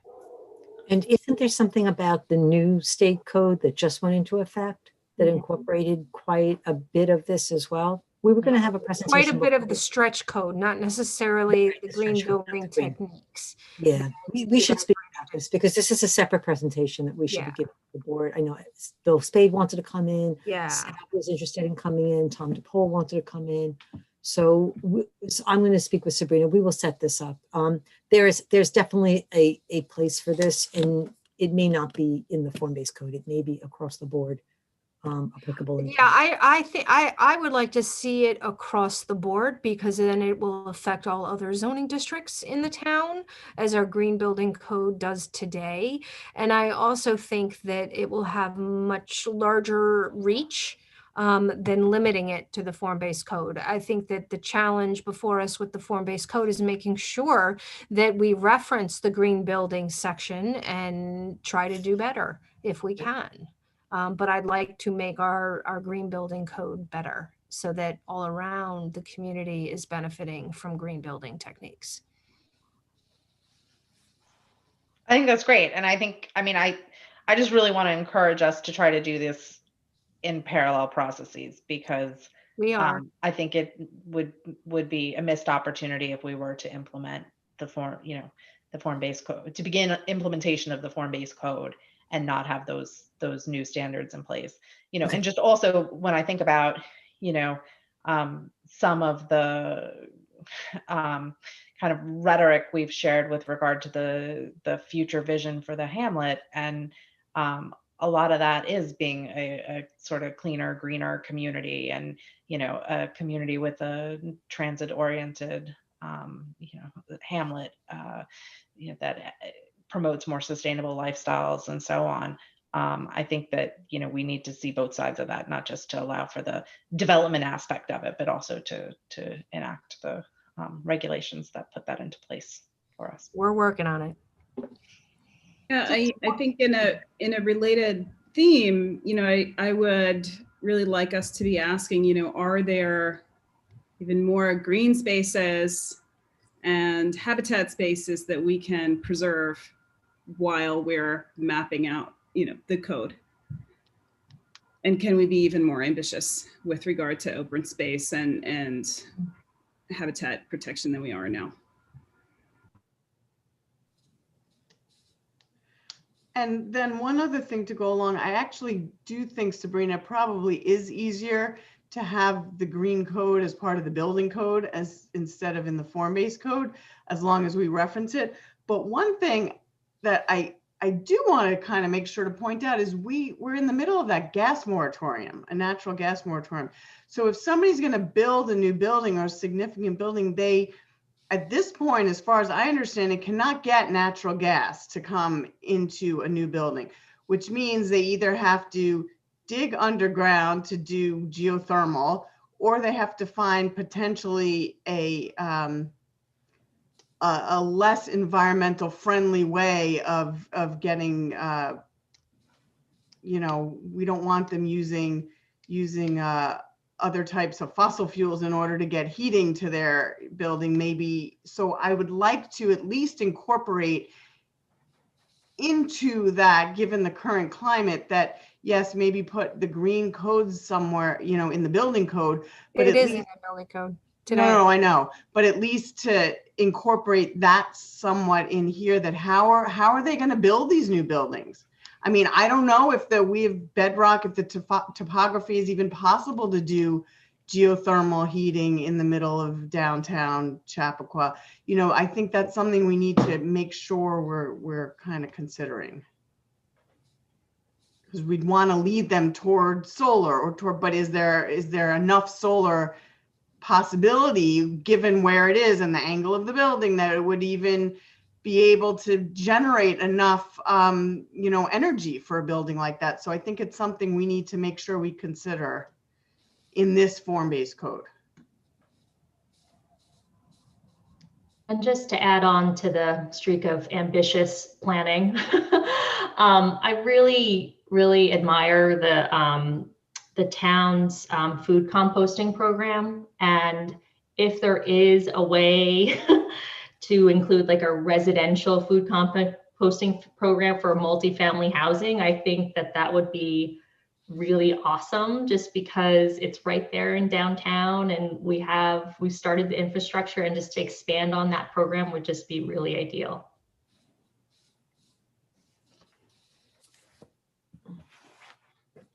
I like that, Lauren.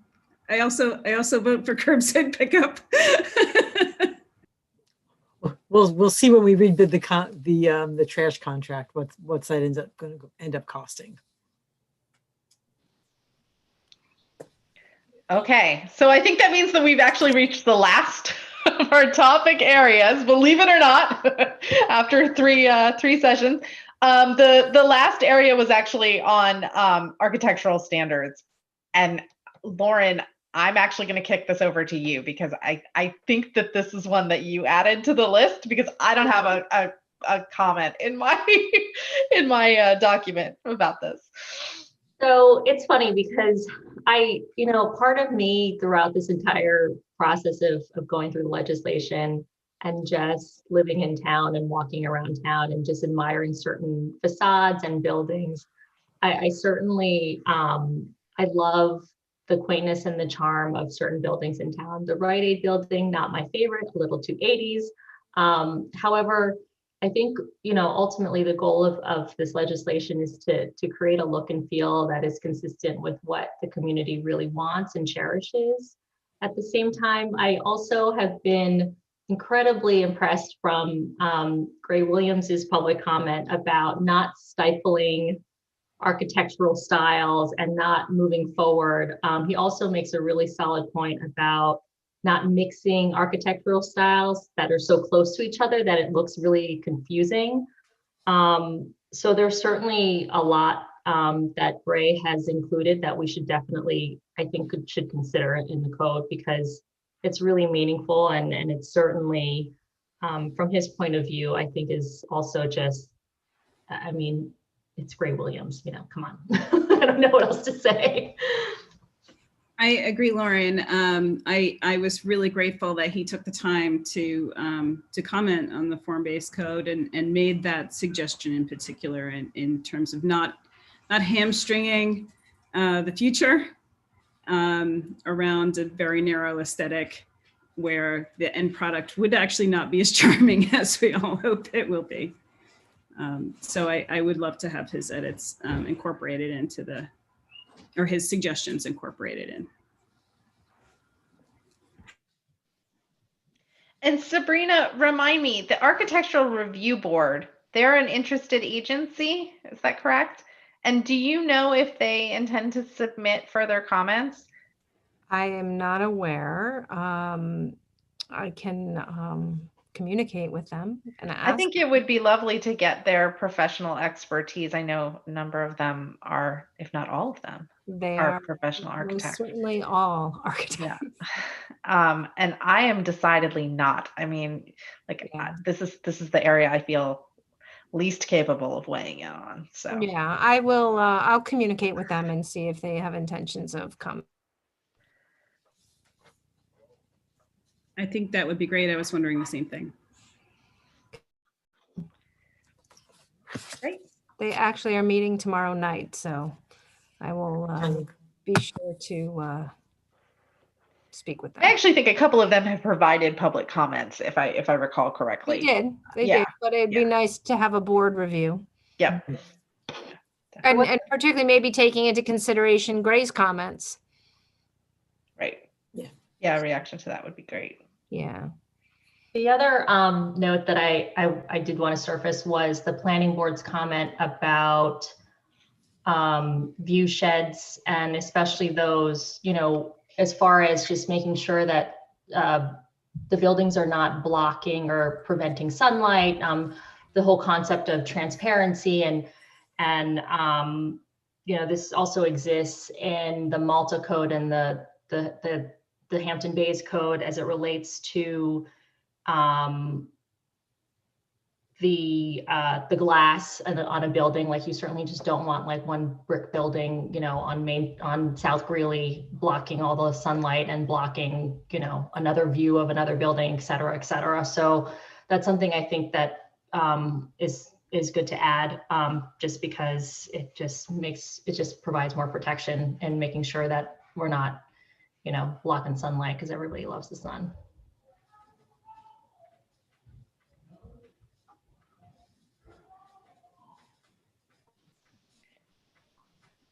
So before we wrap up, does anybody else have any other comments or sort of topic areas that we have not had the opportunity to cover over the last 3 meetings and 6+ hours of discussion or comments on the Formbase Code?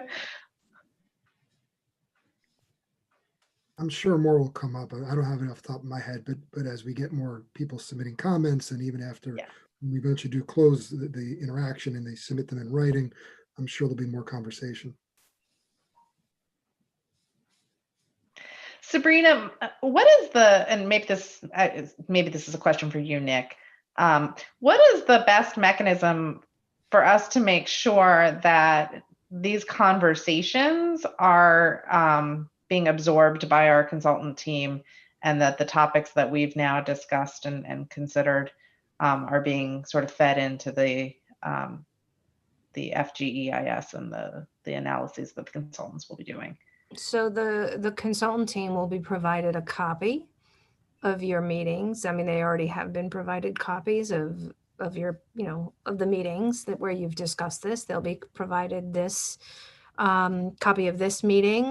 There'll be further discussions with myself regarding comments received, and kind of identifying the additional work that needs to be done.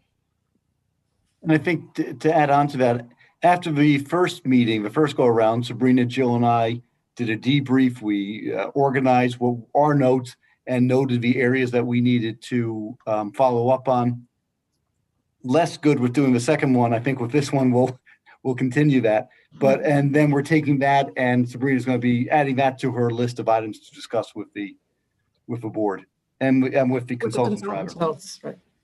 Yeah, there's, as I was explaining to Jill today, that we are in the midst of a process. There's a lot of information that needs to be synthesized, collected, analyzed, and provided to you as a board so that you can make your decisions. We're not there yet. You have a piece of the puzzle. You don't have all of the pieces yet. There is an end game, if you will, but we're not there yet. And so, we need of public comment. The meeting with the school district is another big hurdle that, will help us get to the end of the public comment process, where we can then take a look at all of the information, the questions, the comments that have been made, and then kind of synthesize that so that I and the consultant team can come back to you and kind of give you the roadmap of how we get to the end product. Great. I just want to, I feel like I have to say that that was great. And I just want to say, with regard to the meeting next week, I don't consider the meeting with the school board to be a hurdle in a negative sense. Oh yes, I consider it to be an opportunity. To it as that either, but it is a big point, if I may, in the information. So hurdle not in that we are struggling, but a hurdle in that, yay, we're going to get some good information that will help us round out this analysis. Correct. That's certainly the lens through which I'm viewing. Sorry about that. Didn't mean to say it any other way. Okay. Don't quote me on that in a negative sense. If the press is watching, please. That'll teach you to attend meetings when you're under the weather. Exactly. Too late, Sabrina. Hey, listen, it's not like it hasn't happened before. All right. Okay. So should we thank Sabrina Sabrina, are you staying? Yeah, you are staying, aren't you? Are you going to your planning board meeting? No, they're probably done by now. Yeah, they're done. You don't need me for anything else on your discussion tonight, do you? No, just we're going to do hazard mitigation and, like that, just real quick. And I can stay for that if you'd like me to. If you want to stick around for 2 seconds, it's our next topic. Planning board is finished. Oh, planning board is done. Thank you.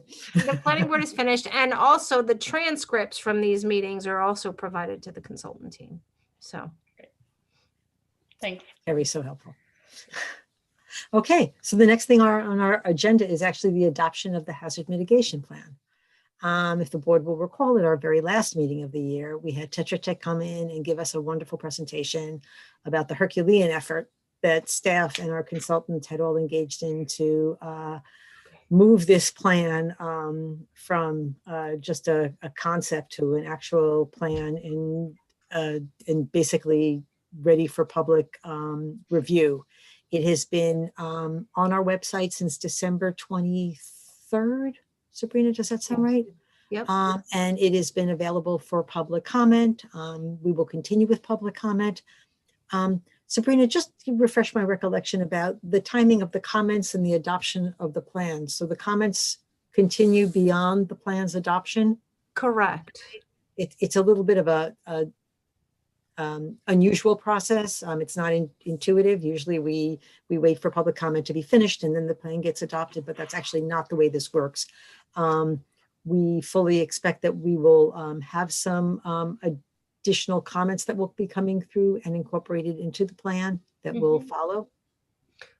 And that's all part of FEMA's process. So that's a good thing.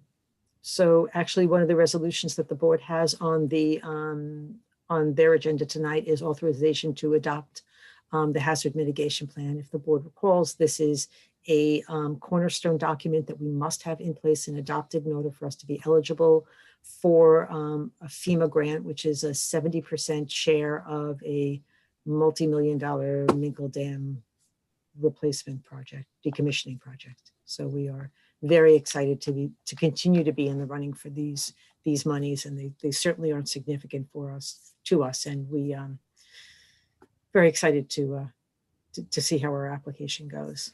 Anything I'm forgetting, Sabrina? Anything else I need? I to don't mention? think so. Again, I think it's important to note that you're adopting this plan, but when the county updates the regional plan, you will re-adopt and replace this plan as part of the county's action.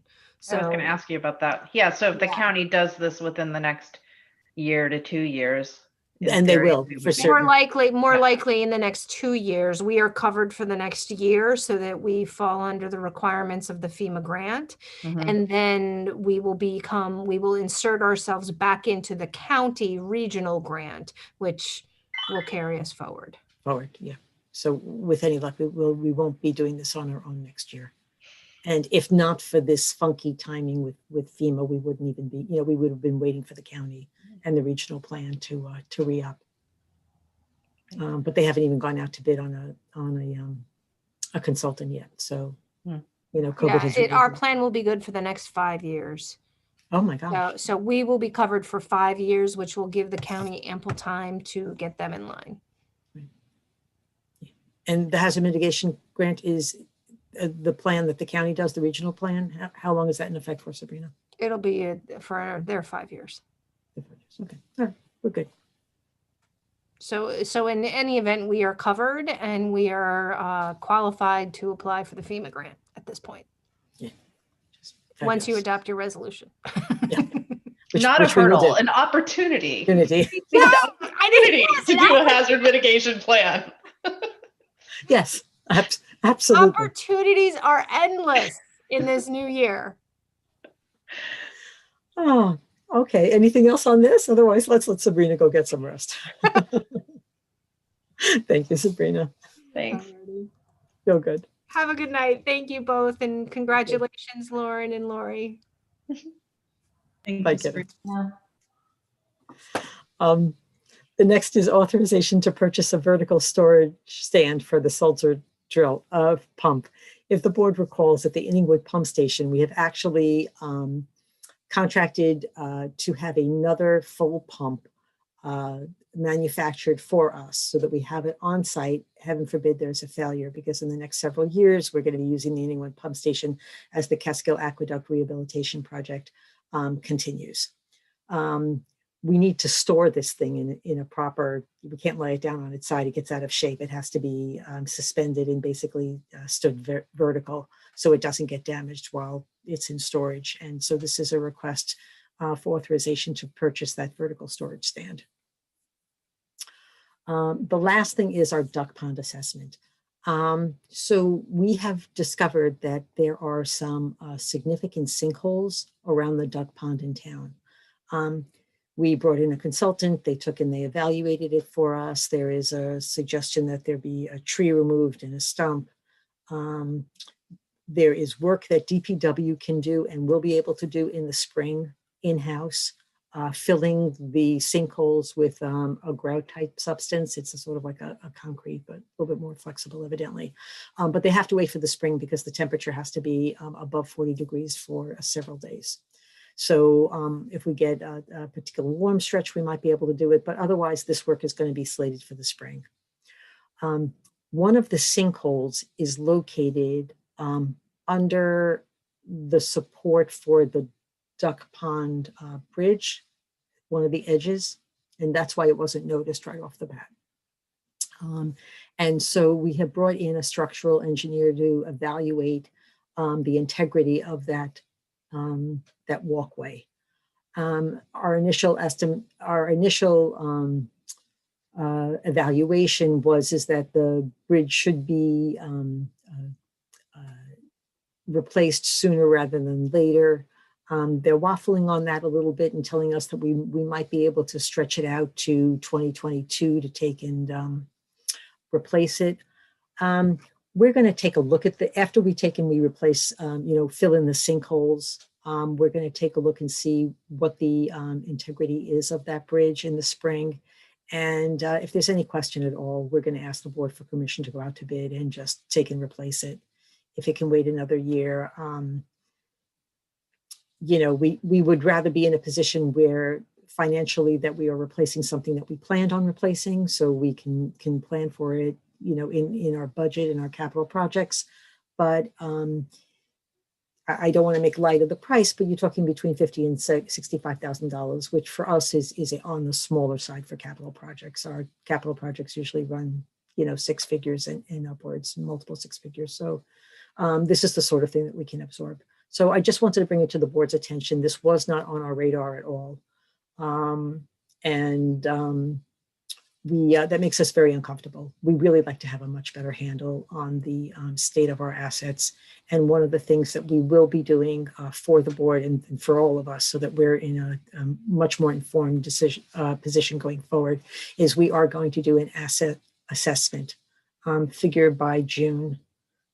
We will have that, taking a look at all of our buildings and really putting together a critical assessment of what the systems look like, what has to be done in the next 5 years versus 10 years, just so that we are able to plan more effectively.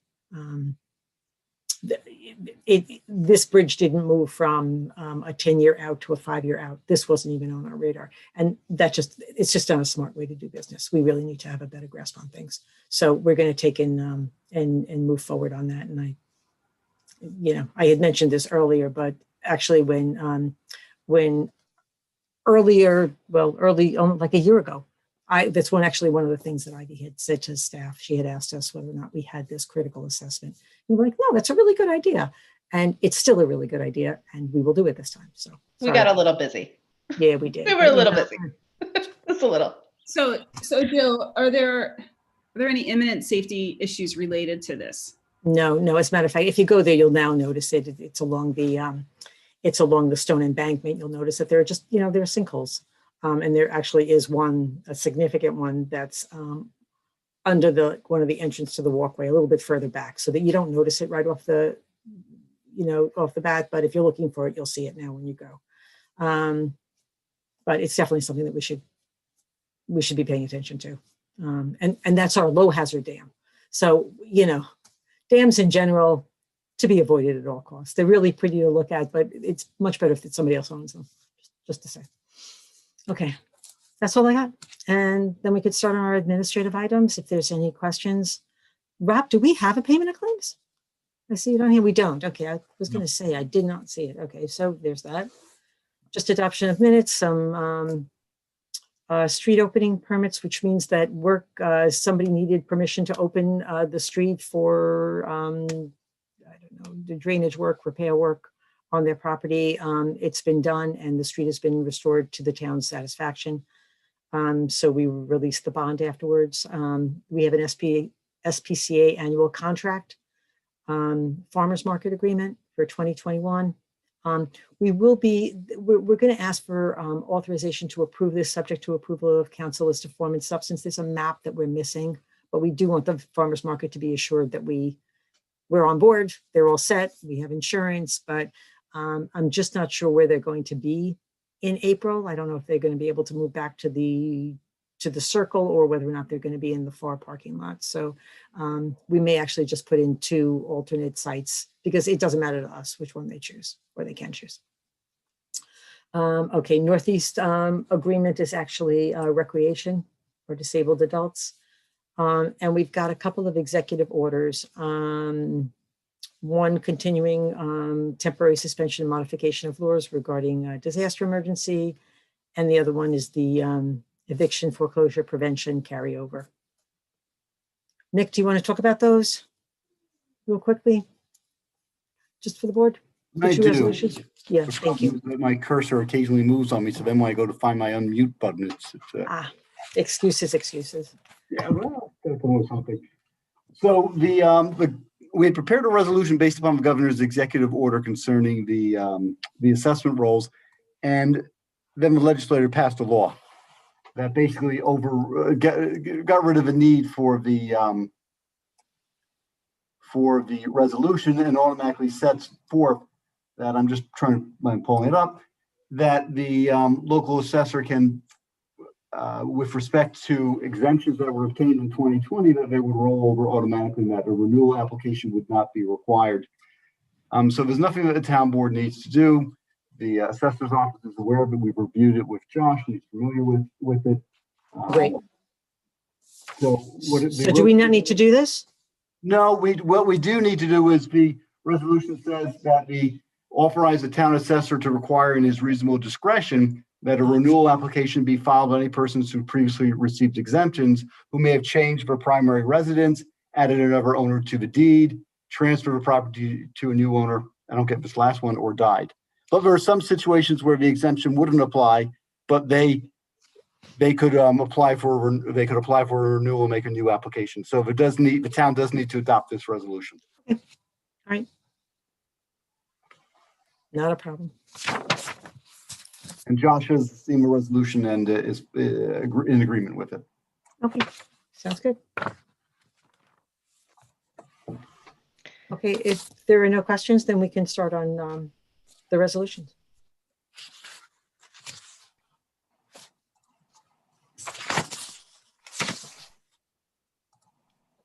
I got them.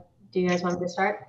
I have a quick question for Jill. I was trying to find my mute button. Oh, sorry. I was looking at the pictures of a potential replacement bridge, and it sounded like it's a prefabricated. It looks like it's a prefab. Prefabricated yes. Bridge. Are there different styles? If we're looking at bridge replacement, would there be a discussion of options? Oh, absolutely, yes. So if it turns out that we're going to decide this year to replace the bridge, I will come to the board and ask for authorization to go out to bid. We will then issue an RFP. We will, with consulting with staff and also consultants, we'll get several different styles, different price points, and we'll go out to bid and see what it is. They last about 30 years. This one is beyond its useful life. I was under the impression that when this bridge when I saw it placed after Tropical Storm Floyd, I thought it was a new installation. It was actually a reinstallation is what I've been told. Okay. So, it's past its useful life, but we certainly would have the opportunity to take and decide on something. But yeah, we're not going to do it without talking to you guys first, and we'll decide on styles and different materials and see what we might be able to do. Okay, the picture looked pretty contemporary. Yeah. Yeah. So I just was curious about that. Okay, thank you. Sorry, we could proceed. Okay. Alrighty. I move to adopt the December 15, 2020 work session town board minutes. Second. All in favor? Aye. Aye. Oh dear. I move to adopt the following resolution, whereas And you can certainly summarize or just say I set forth before the board, and maybe just read the last resolved paragraph. And Even that's a bit long. Thank you, Nick.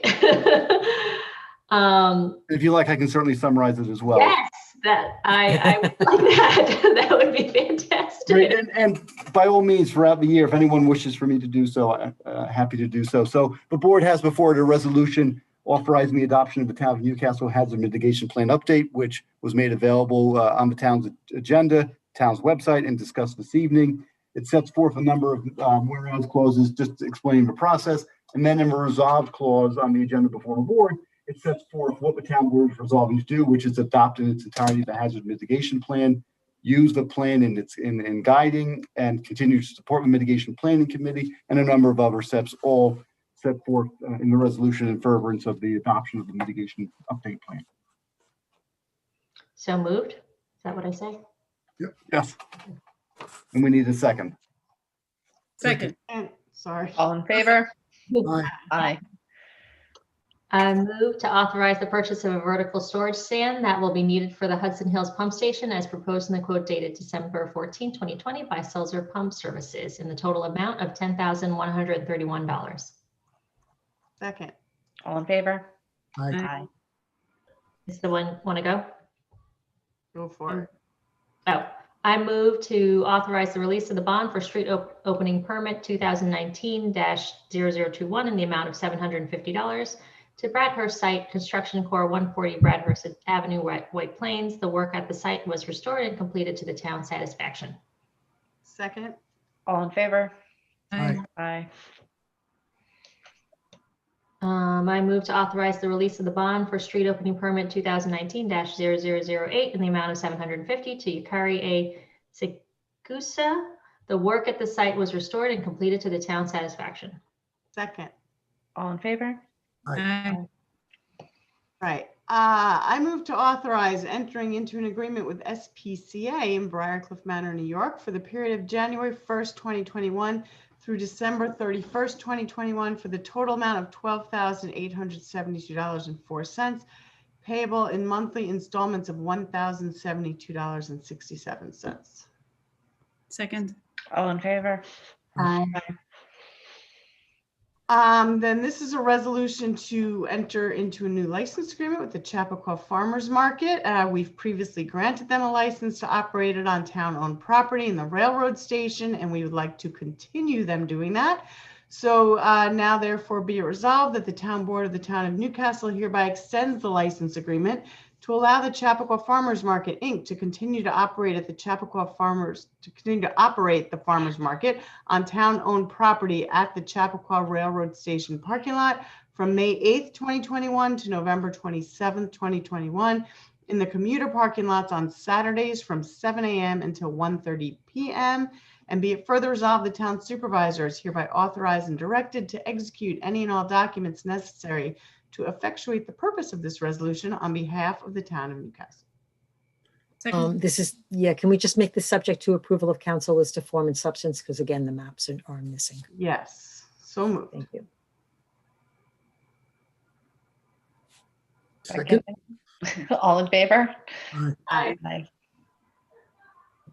Aye. Do you want me to keep going or someone else want to go? I can go. I move to authorize the town supervisor to execute the 2021 interagency agreement with Northeast Westchester Special Recreation, Inc., along with neighboring municipalities. This agreement provides a collective program of therapeutic recreation services for individuals with disabilities residing or domiciled in our area. For 2021, the town of Newcastle's municipal match contribution is $13,339.65 to provide these services to 32 Newcastle residents. This annual contribution is distributed or payable as described in the resolution. Second. All in favor? Aye. Aye. So on this next one, if you will, I can just summarize it because regards to tax exemption that we just previously discussed. On December 28th, the governor signed into law the Emergency Eviction Foreclosure Prevention Act. It set forth the provisions are set forth in the resolution. And in the resolved clause, in essence, that is before the board, the town board is providing that the assessor may require a renewal application to be filed when he or she has reason to believe that an owner who qualified for the type of exemption on the assessment roll may have since changed his or her primary residence, added another owner to the deed, transferred property, or died. But in essence, under the law signed by the governor, those exemptions that were in 2020 automatically roll over in 2021 without having to take any affirmative steps. I so move. Second. All in favor? Aye. Aye. Take us home. I move to accept the retirement of Charles Bergstrom from the position of General Foreman 0420-02 within the Department of Public Works effective January 29th, 2021. The town would like to thank Charlie for his 37 years of dedicated service. That is incredible. Charlie's a good man. Thank you, Charlie. I second that. All in favor? Aye. Aye. You will be missed, Charlie. End of an era. We adjourning? Is that it? That's it. That's it. To adjourn. Second. Wow. All in favor? Aye. Aye. Okay. Thanks, everyone. Thanks, Carrie. Good night. All Thanks, right. Carrie. Thank you all. Everyone. Good night. Take care. Happy New Year.